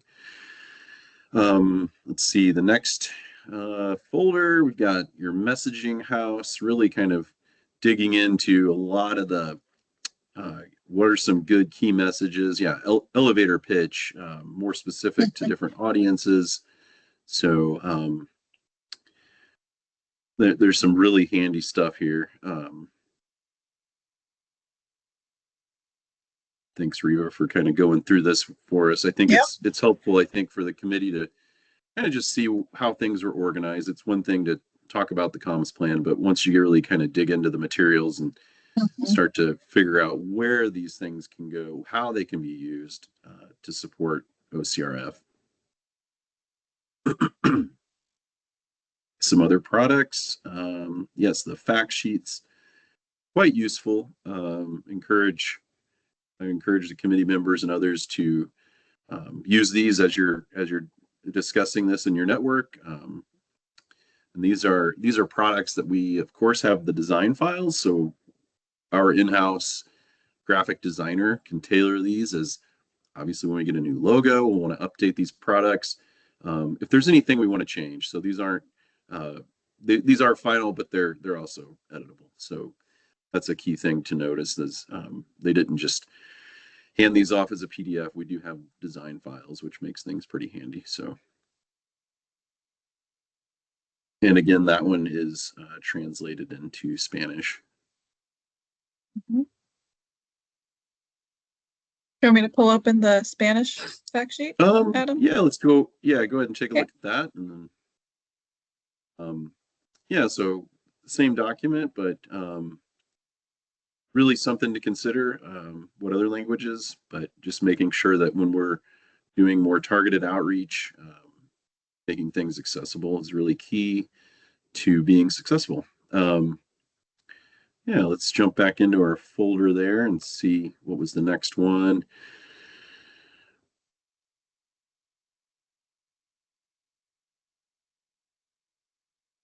Just real quickly, Adam, are you guys planning on putting the rest of the fact sheets into Spanish too, or just the one? Just curious.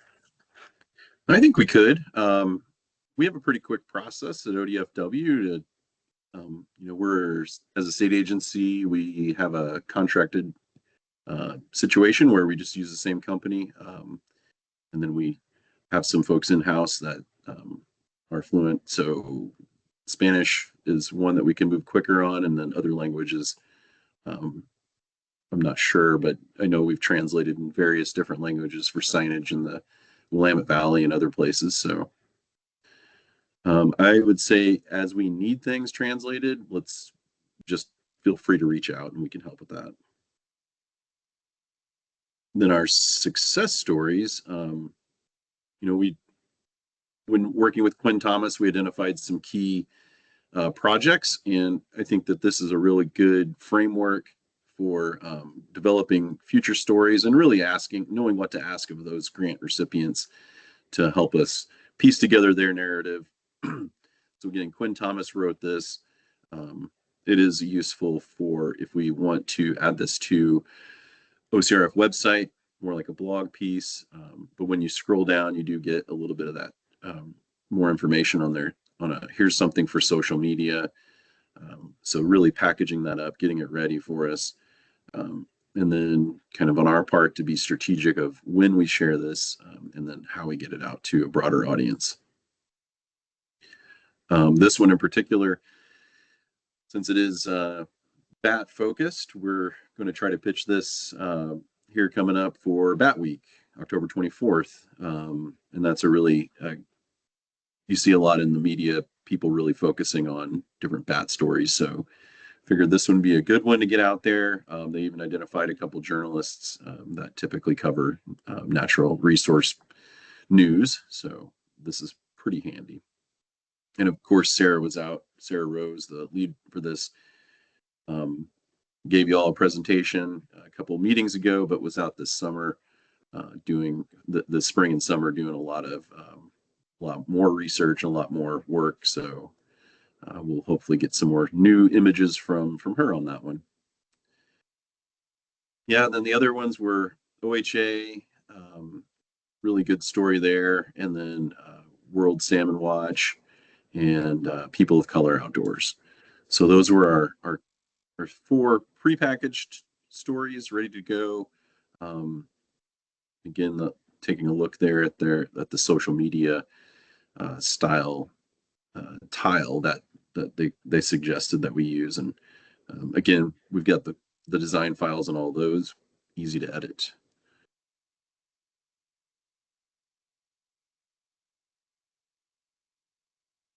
And then I guess, jump back into the folder structure to see the remaining components here.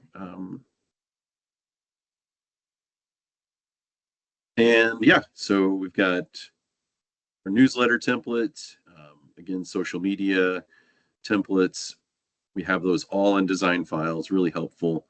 And they did look at our website and made some recommendations on the DFW, the Department of Fish and Wildlife, what do we call the old website? That's where OCRF is housed right now, but then also with Oregon is Worth Protecting, or no, the other one, drawing a blank on it. Oregon is Alive. Oregon is Alive. So just really kind of looking at those and saying, here's some good updates for you guys. The grantee template, definitely something that we want to get in place before the next round of reporting. So just being able to ask for the photographs, a good quote, something we can use for social media, and then asking those grantees to post something online and really share their success and share their story. There you go. The newsletter template that if organizations have a newsletter, they can share that out. Adam, I hate to interrupt, but I've got to go to an appointment. Okay. One thing I wanted to to bring up is with this communication effort, if there's a way to think about how to tailor it to the licensed buyers. And first of all, to thank them, we need to acknowledge how much funding we've received. And then encourage them to continue that using this information. I mean, that's going to be very helpful. It could make a difference in what we're able to offer this biennium. So I just would Okay. leave you with that to really focus on that, and how can you, That's a good note. how can you put all this information that you've got together and focus it on those folks, and with an inclusion of a big thank you and recognition for what they've done. Because it's changed. I mean, we're able to go from 250 to 400,000 because of that. So we need to recognize that. So Okay. And I think Thanks, there's Carl. some, thank you all. I gotta head out. thank you. Yeah, there's definitely some places we can make sure that we're informing people of how funding has come in. I think maybe the fact sheets might mention that, but I have to double check. Then the last folder we have for you are, yeah, there we go. Your reporting process recommendations. So it was a pretty sizable chunk of work that Quinn Thomas did. And I think that they delivered some pretty good material that we'll be able to work with. And with that, that's kind of the presentation for the day. But let's maybe open it for questions. I think I've got a what's next slide. Oh, sorry. Yeah, I forgot about that. No worries. So that's a fair amount of content, potential products, recommendations that Quinn Thomas has provided back to OCRF. And I think we're still digesting in the program. We are still working to kind of further prioritize and given limited capacity, decide, okay, of all of these potential opportunities and suggestions about how to go about communicating on all of these different fronts and all these different ways, which ones do we really want to try to tackle this year, next year? And I'm thinking that Riva and I and Adam will likely take all of that content and really think through what is a realistic implementation strategy, communication kind of implementation plan for the next 2 years. What can we reasonably take on? What are those key events and key audiences? We were given some great building blocks from Quinn Thomas in terms of fact sheets. We think we could probably refine those a little bit in terms of their design and content. And so we're going to work with our design team and with Adam and our I&E folks to continue to refine those products and identify some key upcoming events. So obviously we have the RFP, the request for proposals in December. We have the legislative session in February 2026, where sharing stories with partners for their use could be potentially very helpful. And then there's a lot of events beyond that that we would like to build a communications calendar to utilize some of these products that we now have on the shelf. So we're looking to kind of take this to the next step down and do that implementation planning here going forward and share that back out with you all. And that'll help us scope, like, how much capacity do we currently have? Might we need some additional capacity or support for it?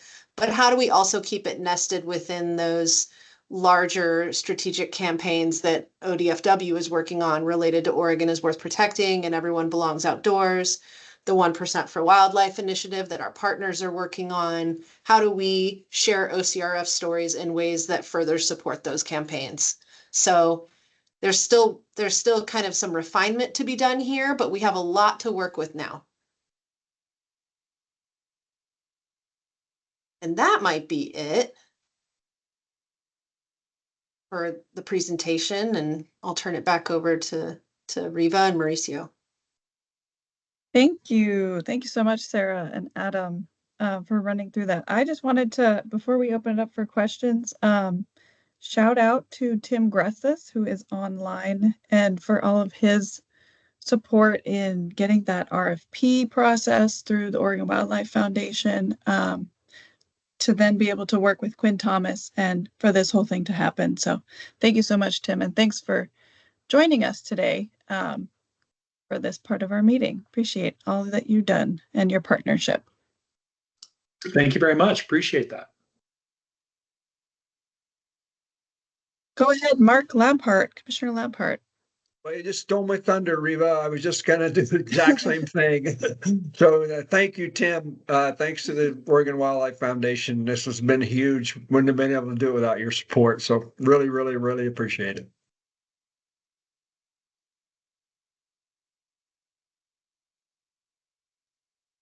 Does ODFW currently have like a Facebook page and an Instagram page? And okay, I must be looking under something else. Okay, I was just like quickly, I'm like, oh, is ODFW on? I couldn't find anything. I saw ODFW Marine and archery and all sorts of other things. Yeah, I believe we have our socials. Adam probably knows a lot more about it, but they have a Facebook, Twitter, LinkedIn, I think, very connected, the social media. Yep, Instagram and a different Instagram account for Marine Program and our YouTube channel. Probably some other ones in there. Blue Sky, Threads, not TikTok, but good.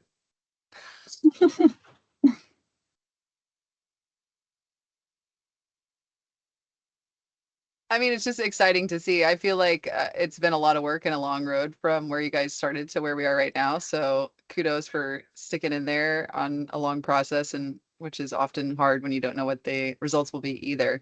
But I think having those key stories and lots of ways to use those will be really important, and probably just having people continue to build those along the way too. But like you said, I think it's going to be really important to link those up to our grantees as well, of like, what specifically do we need, or do you want to have to ask them for their final report? Just like put a little quote, you know, all those kind of things. So I think those are all really great ways to keep bringing this forward.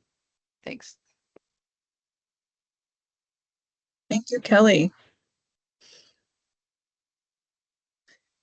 All right. Well, are there any other thoughts on communications? Go ahead, Mark Stern.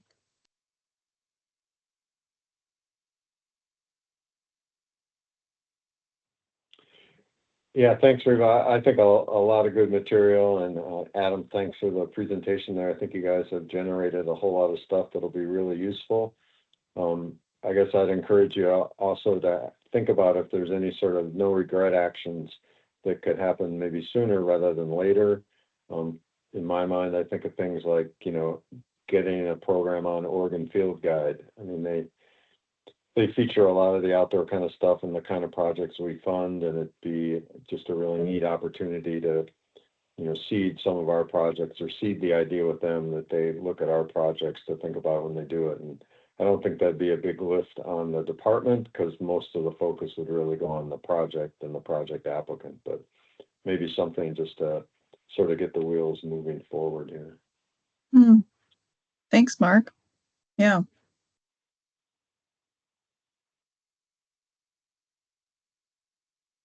Any other thoughts on communications or what we just heard about from what Quinn Thomas produced?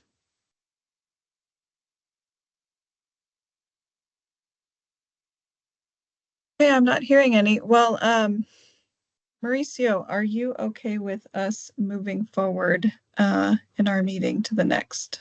Absolutely. Yes. And I think it is actually quite relevant to what this communications strategic plan is, because, and this came about from a conversation and the planning meeting with Carl and Reva, which is, we've been talking a lot about how do we come back to our monitoring system and the effectiveness of the funding and what impact it has had in a lot of these organizations since inception.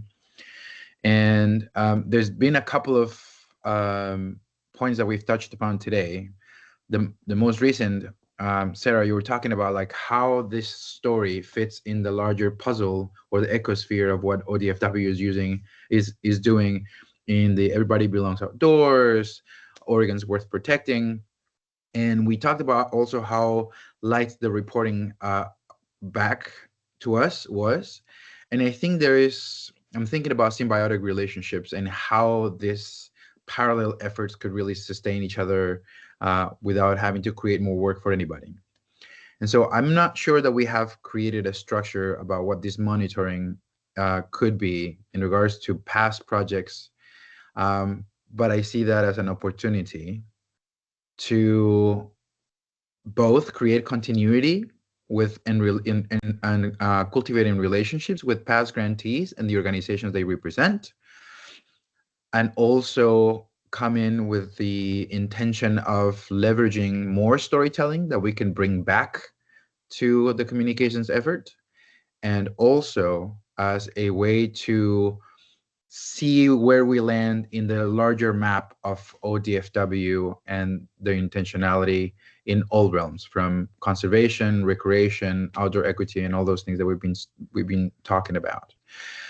Also, because if we were to have sort of like a calculated effort of what this might look like, let's say if we have someone have a conversation with a past grantee and we want to learn how has it been since the closure of the funding, what happened to the project, what were the larger outcomes, and we turn that into a story that we can broadcast. That in itself becomes an interesting tool to attract the kind of applicants that we're hoping to get, or at the very least, be able to expand into larger networks of those that have not been invited yet or are simply not in the sphere of awareness just yet. So that was just a point of conversation that Carl and I thought might be an interesting thing to bring up to the rest of the committee. How do we feel about where we are in our monitoring? I believe there is dedicated funding that at one point we all agreed on was about 5% or something along those lines. So what that might look like, and what are your thoughts on this sort of like extra track?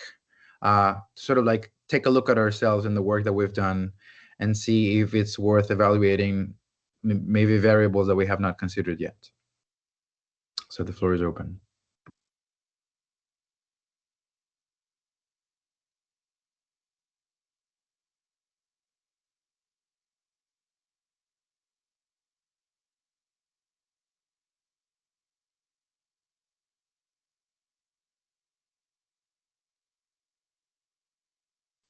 I so appreciate this, Mauricio, because it's been this thing kind of in the back of my mind that I know we need to do. There's with any program, you need to be able to answer that question of, are we moving the needle? Are we having the desired effect? What is the needle? Like, what are, what's the needle measuring? And so we've never really answered those questions for ourselves with OCRF, and maybe that's okay because we're just 5 years old, but it's good. I think the timing is good to think about that and acknowledging what's measurable, reasonably measurable is a part of that conversation too. So I'm really open to the conversation, and also admittedly a bit at a loss for how to go about it. Thank you, Sarah. And to your point, I think maybe there is just not one needle, but there are several needles. Yeah. Where we need to look at the aggregate of the work that we've done together. Maybe there is a measurable amount of impact that we've had in turtle conservation that we just haven't quite put together that creates a beautiful story that way. Just an example. Kelly, please come in. Yeah, I was going to say, to some extent, OCRF's monitoring is probably easier than other organizations, like ODFW monitoring or something, because a lot of ours is an actual quantifiable, it's hard to measure climate change impacts, it's hard to measure carbon, sinks, all these kind of things. But if we're saying, part of our job is to bring more people into, the fold of ODFW's conservation and recreation. Then like we should be able to quantify that through numbers, and diverse audiences. I'm not really sure like how we're tracking that, because I don't know that we are asking people, what their background is or that kind of thing. So it does seem like it would be a little bit easier to measure those impacts. And I think we could also look at the OCS, use some parts of those, of maybe not necessarily saying, we've brought turtles back or whatever it is, but that we have, we've done this many more projects towards this. So maybe even it's just quantifying the amount of work and money that we've put out, but that's just an initial thought.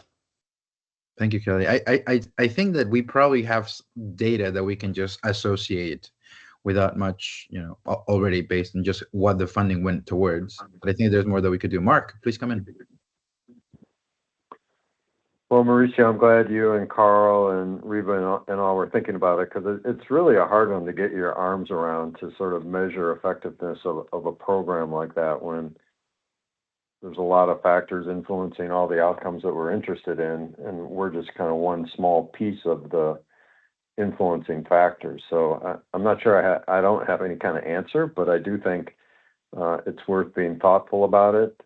I think Kelly raises some points. It might be easier to do some monitoring or somehow measure how well we're helping to encourage participation in the outdoors by a more diverse audience than in the past. Again, I'm not sure what the benchmark is we're measuring against, sort of, but at least in a positive way, we could demonstrate how many more people are participating because of OCRF. And then it's not really effectiveness monitoring to some extent, but I think also looking at on our webpage, I think there's an opportunity to put the final reports out for all the different projects. And I'm not quite sure where we're at with that, but that might be another aspect of trying to demonstrate accomplishment as we move forward, to make sure we're kind of up to speed in a timely manner on that stuff. Yeah. I appreciate you, Mark. And I think maybe effectiveness in this context may be a little bit ambiguous, but maybe it would be worth just looking at what is our stated mission and see how close we are getting to that mission based on the work we've delivered so far. And that at the very least sort of like creates the prologue of what could be a more complete story of, as you say, the accomplishments that the OCRF has reached. Riva, I was going to actually ask you, Riva, if you don't mind me. So what happens after a project has been funded and then they imagine they send the report? What happens after that? When they send in their final report, they get their final reimbursement, and grant closeout happens, and then we post the final report to the website. And then there isn't really a built-in like follow-up with this, recipient a year later or anything, if there's any after the grant has been closed out. We don't have that set up in the program. So when we discuss monitoring, is that that scope of the work exclusively in terms of self-reporting of the expenditure of the funds? When you say monitoring, what exactly? So monitoring what exactly? At one point when we were discussing like what this monitoring would be, at this moment, the extent of it is just the receipt of the report from the grantees. Is that correct? Yes. Although what I was going to say is some low-hanging fruit that might be something we could use to start thinking about for effectiveness monitoring for the program is the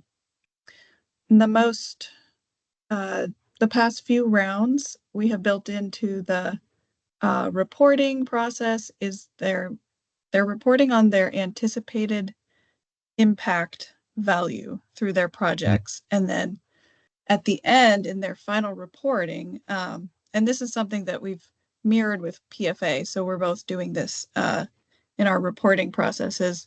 they're reporting on their actual impact value at the end, and you can see, how many volunteers they engaged by the end, how many community members, how many acres of habitat was restored. So it's like a measurement of impact. And so that has now been built into our more recent grantees and rounds. And that is something that we could use, I think, to kind of tackle this question. Yeah. And I think my instinct tells me that it might be a worthy effort. So using that additional criteria on the reporting to just parse out some of that data, to just look back in the last, since OCRF in inception, to see if there is a larger theme, or at the very least, like I mentioned before, in regards to what was the purpose of the creation of the fund, how close we are getting to some of our stated goals. Because I think that it may suggest different ways in which we could approach each round of funding, similar to the focus that we just, that we're considering this time around. Let's say, when we look at the aggregate of all the things that we've done, clearly there is an area of conservation that maybe could use a little bit more attention. At this moment, we don't have the ability to really identify what that may be.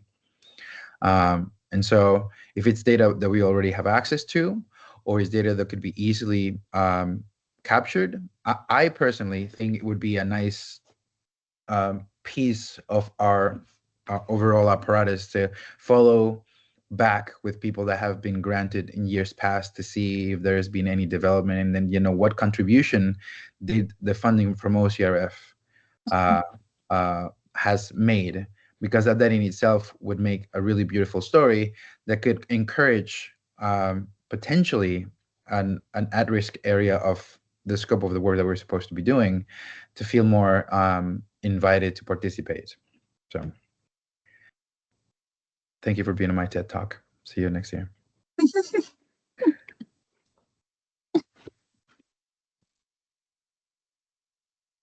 This was a great discussion. I really appreciated that. Jim, please come in. Well, it just seems to me that everything should be tiered from, in terms of evaluation, everything should be tiered to the Wildlife Action Plan at a higher level. And then at a lower level, each of us, at least that are on the committee, have a geographic responsibility in terms of understanding our geography and what projects are in our area. And it just seems like that tier would flow down to where we could sort of allocate that work based upon geography and what region we're in, and using the criteria in the state, in the Wildlife Action Plan, come up with a way of evaluating how well we're doing in implementing that. I mean, I don't think that the OCRF has its own separate implementation, or we should be looking at it that way. We should be looking at what we said we would be helping, which is that state implementing the state Wildlife Action Plan. And I think that flows pretty well for me in terms of some outline or skeleton for evaluation of how effective we are. Because I think we might be a little bit surprised if we looked at the various aspects of the strategic plan or the Wildlife Action Plan, and then look at what we funded, how it tiers to that, and whether we've concentrated too much in one area and left another area completely alone. I think it could be interesting and revealing. And I don't know, that's just a way of thinking. I really haven't fleshed it out, but it would seem to me that there would be a way of proceeding. I like that a lot, Jim, and I agree. And I think, I mean, perhaps you, Jim, have been keeping track of which projects have been pertaining to your geographical area. I certainly have not. I mostly focused on like the human dimensions of some of these projects, which is something that my radar is, but it might be an interesting way to look at it. Like, have we seen how much representation, let's say, in it has received? That might be something, at the very least, as a piece of conversation that might be useful when we continue to develop new focuses on each round. So thank you for that, Jim. I appreciate you. Any other thoughts? Just to say that this is all really wonderful conversation, and I think there's, I'm taking notes. I know Riva is too. We have a lot of data to work with. There are a lot of different summaries we could come up with. So please keep those with projects by ecoregion, projects by species, projects under different kind of human dimensions areas. So there's a lot to keep the ideas flowing, because I think some experimentation may help us kind of get clarity on which of those parameters we want to track over time. Thank you, Sarah. Absolutely. Moret, please come in. So I'm still a little confused on what exactly we're looking at in terms of effectiveness.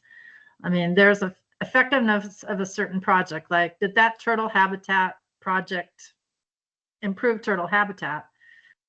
That's a tough question.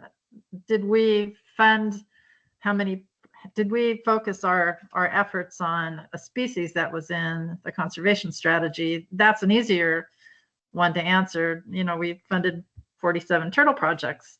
Now, did they work, or were they just, right? Did they just a lot of projects don't work. So from my experience, a lot of my projects didn't work. So I guess I'm a little confused still on what we're really looking at. Are we looking at the effectiveness of the projects on the ground? Did they really work on the ground? Or are we looking at did OCRF follow our mandate in terms of funding and focusing in the areas that we're supposed to? So anyway, my curiosity lied more on the difference between intent and impact. Like, if we know that some projects we did what we had to do, we funded them, and they did it, and they did get no result, that doesn't necessarily determine for me whether or not they were effective. We were effective. I mean, we're giving money away. That is what we're here for. But I think that underneath it all is like, if we move, say, 2 years later, now that we have a 5-year plus history, and say, has any residual long-lasting effect has had since then? And I'm thinking conservation, but there are other realms in which we could look into it, because I think that rounds up the story that we're telling about ourselves, and it may just present a new way to examine if we are sticking to what we originally set out to do based on our mission. Jim, please come in. And I think, just to address what Moret was asking, I think we can do both. I think we can look at it from a big picture and then drill down into the project level and see. I think we can accomplish both in terms, and I think it would be important to accomplish both if we're really evaluating our effectiveness as a group and as an expenditure of funds and time and effort and everything else. I think we could do both.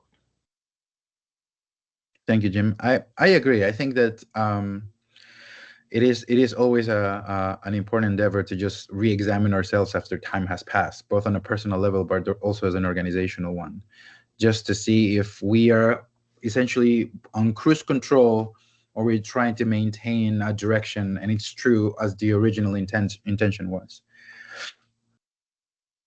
Any other thoughts? Just maybe this is kind of already understood, but to Moret's question, where we have the data and information, maybe we can assess whether a project was effective or not at improving turtle habitat. But in many cases, most cases, we won't have those data.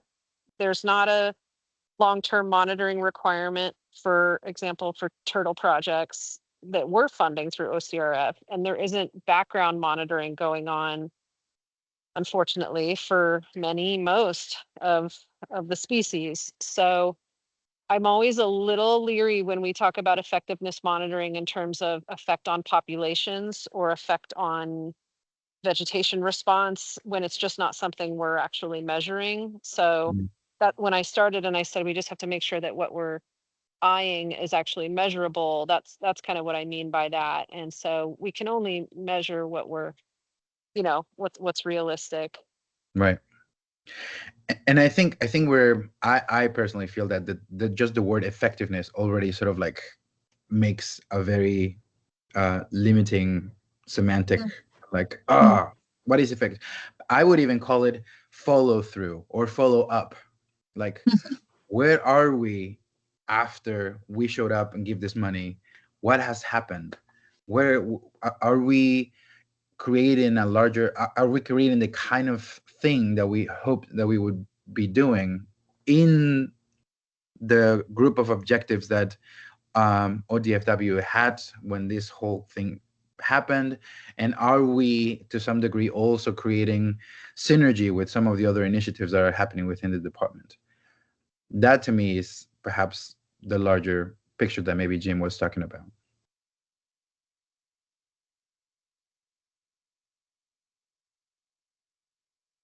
All right. Well, thank you for having the discussion. I'm sure that maybe that turns into something a little bit more tangible further down. And I'm afraid I'm going to have to leave at the moment as well. So it's lovely to see you all. Thank you, Mauricio. Okay, well, I guess we can, if everyone is good with wrapping that one up, we can move on to our guest speaker, who she's been waiting patiently here. We have Virginia Pritchard from the Middle Fork Willamette Watershed Council, and they just recently wrapped up their project and on the Turtle Island Park West Fir Confluence Park project. I believe it was renamed partway through, and she can probably fill us in on that. But we have the executive director here, and yeah, go ahead, Virginia. I'll let you go ahead and share slides and introduce yourself. Thanks for joining us today. Sure. Well, I'll start by saying that I'm the restoration projects manager, not the executive director. Oh, I'm so sorry. So, yeah, I just don't put that responsibility on me yet. Let me see. I'm trying to find the screen. There it is. Window. Awesome. Nice. So, hi, everybody. Thanks for inviting me to your meeting today. I'm really excited to talk about the West Fir Confluence Park project that was funded by the OCRF program. And yeah, I'm the restoration projects manager here at the Middle Fork Willamette Watershed Council. And I'm excited to share this project with you guys. First, this is a picture of the North Fork of the Middle Fork Willamette River, which is in a beautiful, wild and scenic river, very popular for rafting that we have up in West Fir. Sorry, get out of here. So for some geographical context, this is the West Fir Confluence Park project. It is located in the community of West Fir, which is a small town of about 300 residents, a little bit southwest of Oak Ridge, but they are really close together. And this area is a small parcel. This encompasses about these 4 units encompass about 4 acres at the confluence of the Middle Fork Willamette River and the North Fork Willamette River. And so this project was originally titled the Turtle Island Park because this island that you see over here, and I believe parts of this area, was originally back in kind of earlier timber times, milling times. They noticed a lot of turtles that were using this area as habitat. So they locally called it Turtle Island to reference this geographical area. Since the construction of the dams that we have on the Willamette River, there's Hills Creek, which is mostly impacting this area, as well as Lookout Point and Dexter Dam, that has significantly reduced the dynamic nature of this system. And so this island is actually, we did a little bit of surveying in this area and we did not find turtles on it or evidence of turtles. I think it has gotten pretty vegetated in since the lack of disturbance from upriver, but we're still doing our best to restore these areas for any of the wildlife species, including Oregon species of concern that might utilize this habitat. So just wanted to provide this for a overview of what the project looks like and the location. I think something also cool to point out here, you see these areas of kind of like almost bark chip looking bare ground. So this was updated aerial imagery that occurred just through the GIS, kind of open source form. But these images were taken after we had already done our preliminary invasive species removal in 2023, which shows you kind of the density of invasive species that we had in this area. And the fact that you could see that from the image from the satellite imagery was pretty exciting. So our objectives for this project were to develop a park management plan. So both the Watershed Council and the city of Westover could follow into the future with the goal of hopefully passing on this management from the kind of Watershed Council leading it into providing a pathway for the council or for the city of Westover to take that over. We also wanted to initiate riparian restoration at the park, develop conceptual designs for an accessible trail, start community engagement and education outreach within the area to do restoration, and begin thinking about funding to support future project goals. And we were looking at OWAS, Oregon State Marine Board, and OPRD for those fundings. So we achieved all of those goals, but kind of in communication with the Oregon State Marine Board, we realized that they probably weren't going to be a good source to do trail construction or facility development at this site, such as pit toilets or trash, because there wasn't enough of a boating nexus for them. And we also found that the recreational trails program through OPRD was maybe not a good fit for trail construction, but we were able to secure funding to support our next stages of the project through Athletic Brewing Company, U.S. Forest Service Title II funding, and the EPA Thriving Communities Fund as well. Not shown on the screen, we also had some support from the Yogi T Foundation and the River Network to support, mostly to augment staff time to completing all these goals that were initiated through the Oregon Conservation Recreation Fund project. So with habitat restoration, we did a combination of contract crews and community restoration events. And those were both community volunteer events and student events where we worked with our regional education team here in the Upper Willamette Stewardship Network to bring Oak Ridge students to the site to help perform restoration and stewardship. And then that also worked to create some more career and engineering technology type training for these Oak Ridge students outside of what they can do at Westford, but also kind of what they exposing them to careers within natural resources in the Oak Ridge area in general. And so through these efforts, we removed cumulatively 12 acres of invasive weeds over these years of this project.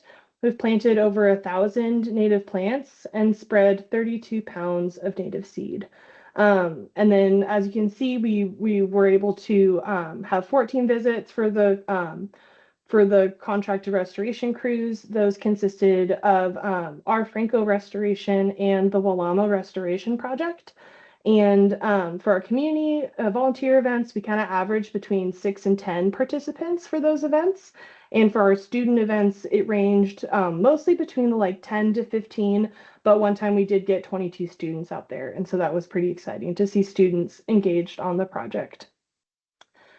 And I just want to highlight some photo points of this restoration area so we can see kind of these dense blackberry that was the stand, and that was taken pre-implementation in 2023. And then this is what that same area looks like now after 1 year of planting and subsequent maintenance. And then this is an area also on the site where we actually, the only area where we used chemical treatment to combat invasive species to knock down this Japanese knotweed. This is what it looked like pre-treatment, and this is what it looked like in 2025. And we have not had to follow up treatment for that knotweed. That one treatment has been great, and we have not seen resprouts of it since 2023. Kind of continuing on in these restoration photos, again, really dense head-high blackberry, and we're beginning to see some of our plants emerge, as well as and not seeing them come back through maintenance and stewardship. Here's another example in the project area. And then a couple more, this kind of bridge area, or kind of like stepping up into this larger, this is that unit 2. And then what it looks like kind of with some planting and continued grubbing out of those blackberries and cutting them back. And then again, another one of those. So monitoring at this area showed an overall decrease in invasive tree and shrub species and an increase in our native tree and shrub species.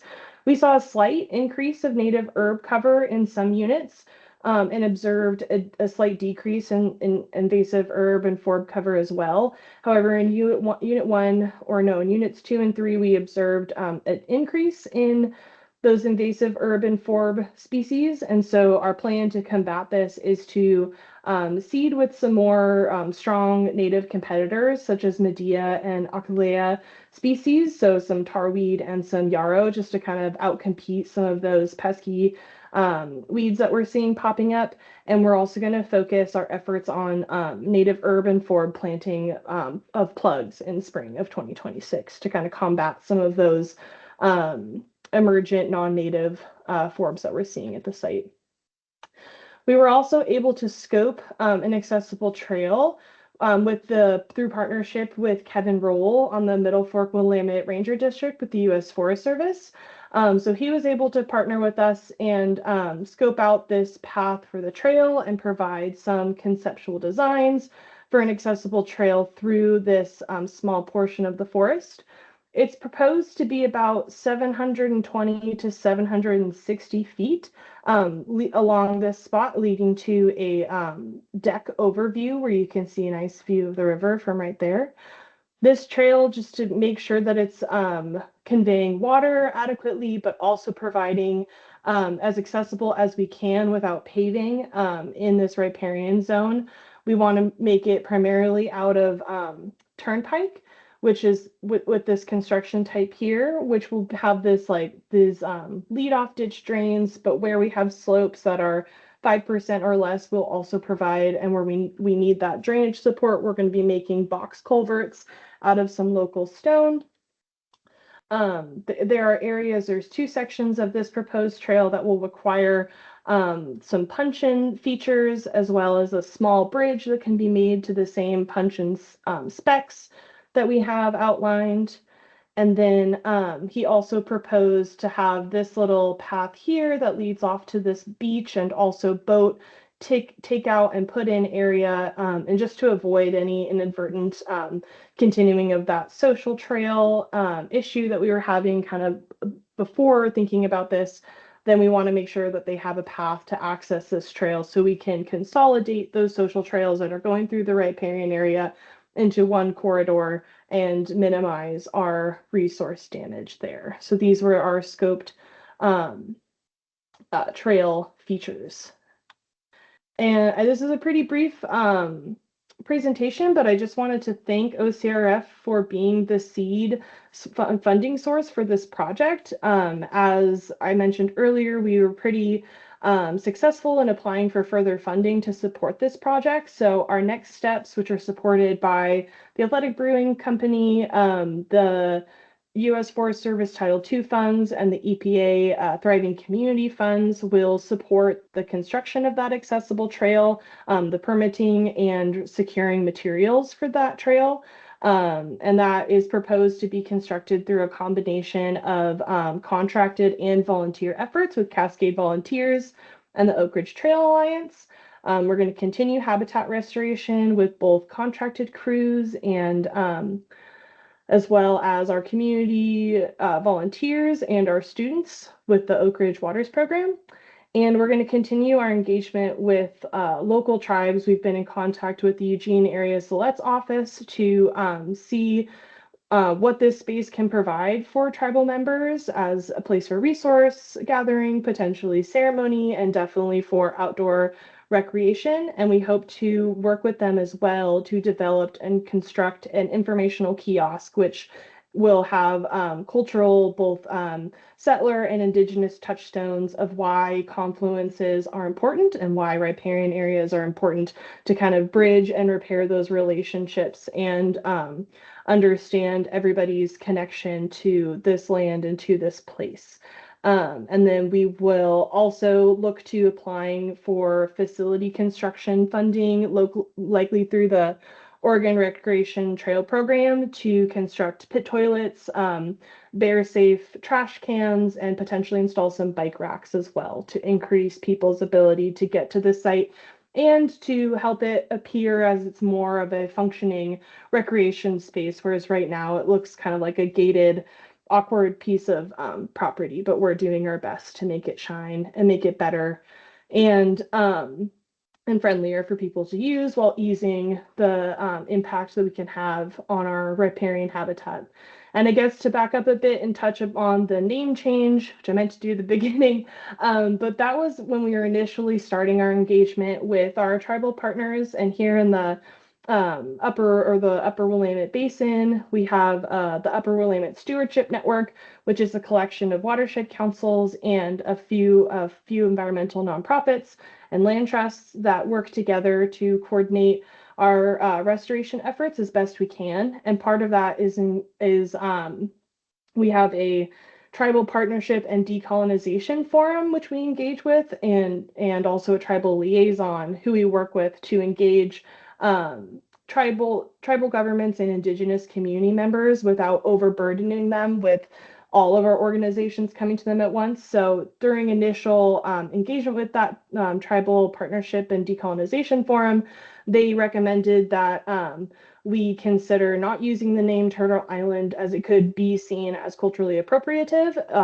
so considering that's a common origin story for the continent of the Americas, and being referred to as Turtle Island. And so we stepped away from using Turtle Island as our name, but we are going to continue those conversations with our tribal partners, given the local historical context for that name, which doesn't have a culturally appropriative origin, but we also want to make sure that it is a space that is welcoming for everybody. So if that is an issue, I'll work with our local government communities and just kind of recommend we keep using the West Fir Confluence name if that would continue to be a source of harm or uncertainty. But yeah, I just wanted to think this source was definitely really important for getting this work started, and it was supplemented mostly to support staff time by some other smaller funds, and now we are well suited to continuing to reach these goals and get the trail constructed. So with that, I'll stop sharing my screen. I think I stopped, or did I not? Thank you so much. Yeah, thanks, Virginia. Thanks. That was a great presentation. Really appreciated the before and after of your restoration photos, and you just seem to have a really creative funding sources for this project as well. That was really interesting. Thanks for coming and taking the time to speak with us. Anybody have any questions for Virginia? Or thoughts? I didn't have a question. I just wanted to point to Virginia is an excellent example of how we go about doing projects and having a million different funders. There really probably wasn't somebody who would fund all aspects of her project and all the funds that she needed. So again, just a reminder to groups like ours, everybody's already going for lots of different avenues and has quite diversified funding for the most part, unless it is a very small project. So just a recognition of you, Virginia, for, I know that's a lot to juggle because everybody has different requirements and deadlines. And anyway, really neat project with a lot of different moving parts. Awesome. Thanks, Kelly. I appreciate that. I'd just like to also weigh in too, Virginia. I really appreciate the before and after pictures, and also the amount of student involvement that you had. That's conservationists for the future. So really appreciate you getting them involved on the ground. It's very good to see. Thanks. Yeah, that effort really goes out to Emma Gardner, who's our regional education coordinator. And yeah, just to reiterate, they are getting them involved not only in the habitat restoration, but they're also getting them out there and collecting macros, identifying macros. They were able to visit the fish hatchery. So this project being there and being set close to Oak Ridge opened up that avenue to be able to create that WATERS, which is a whole acronym I always have to look up to remember what it calls for, but it's the whole goal is to connect young career excited professionals with people in the field so they can talk about pathways of how they got there, and then opening up the idea of what a career in natural resources can be, whether that be like a forester or a fish biologist or restoration implementation practitioner. So yeah, thanks Mark, appreciate it. It's been a fun part of the project. I love having him out there. I will say West Fur's got one of the coolest covered bridges anywhere in the Northwest, I think. It really does. But you can It's drive really pretty over and then go disc golfing or mountain biking or whatever you want. So we're just really trying to keep making it a recreation destination for everybody. Great. Thank you so much, Virginia. Appreciate it. You Thanks coming all. and joining us today. Yeah. See you around. Thanks. Well, folks, you've made it to the end of the meeting. We lost our chair and vice chair, but you all have stuck it out. Appreciate it. And we have one agenda item left, and then I promise we'll let you go for the day. So just the last thing is some business items from myself, and just give me a second to share. We've already talked about the winter RFP schedule, but I just wanted to update the group that the spring RFP was, of course, approved by commission on September 12th. And so those projects are now going through the contracting process, and it's all going well. And so those projects will be off the ground shortly. So a successful round of grants there. And we've already talked about this timeline. If there are thoughts about the winter RFP timeline, please let me know, and I'll send out these slides after the meeting so you all can have those on file. The last thing for today is Wildlife Crossing update for you all. So we kind of extended our phase 2 asking for letters of interest for this for these lottery bond funds for Wildlife Crossing projects, and that closed on September 19th. And so far I've received 2 letters of interest, one for a very large project, one for a smaller one.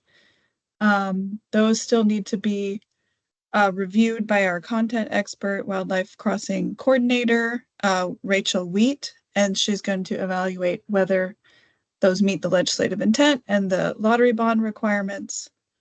And then I'm also waiting on another letter of interest that might be coming in from ODOT.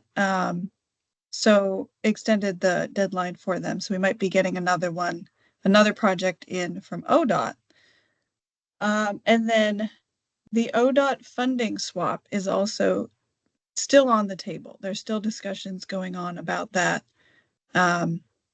I don't know the outcome of it yet, but I know that some leadership within ODFW is still talking with ODOT, and so that's a potential that still might happen with some of this funding to loosen up some of the restrictions associated with it. Yeah, any thoughts about wildlife crossings and where we're at from the group? Any questions or thoughts? Can you remind us what's the timeline by which we need to commit or spend those dollars? Yeah, great question, Mark. So those need to be expended by April 2028. Okay.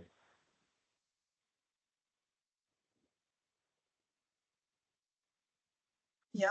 So as soon as we get an understanding of what projects we could move forward with, it'll be important to get those out the door as soon as possible because of that April 2028 deadline for expenditure.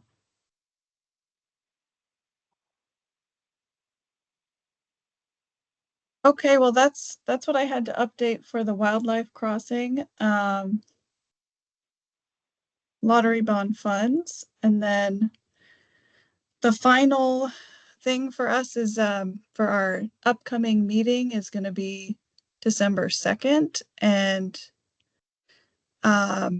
something that Kelly and I have been talking about is doing a application review, application questions workshop. So we're thinking about, how can we improve, or is there any redundancy in the questions that we might be able to narrow it down a bit for the application process.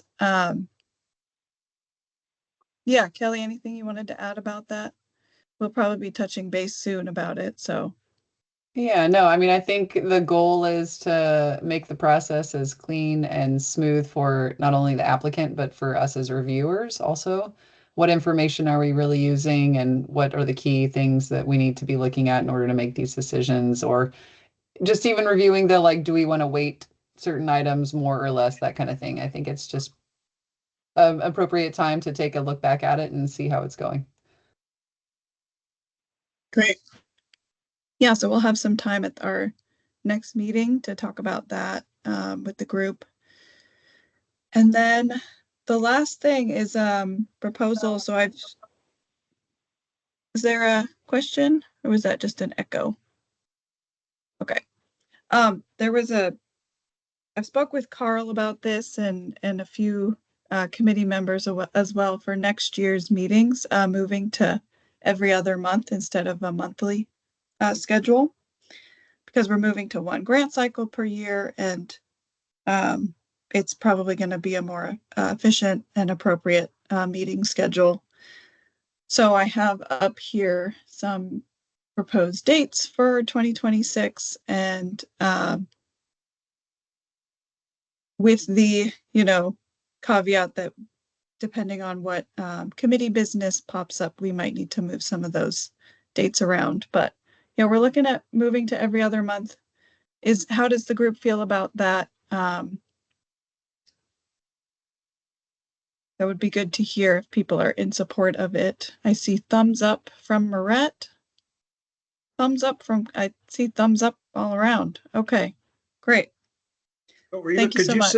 Could you send out the calendar invites on that so we can get it on our calendars? Yeah. Okay. I can do that.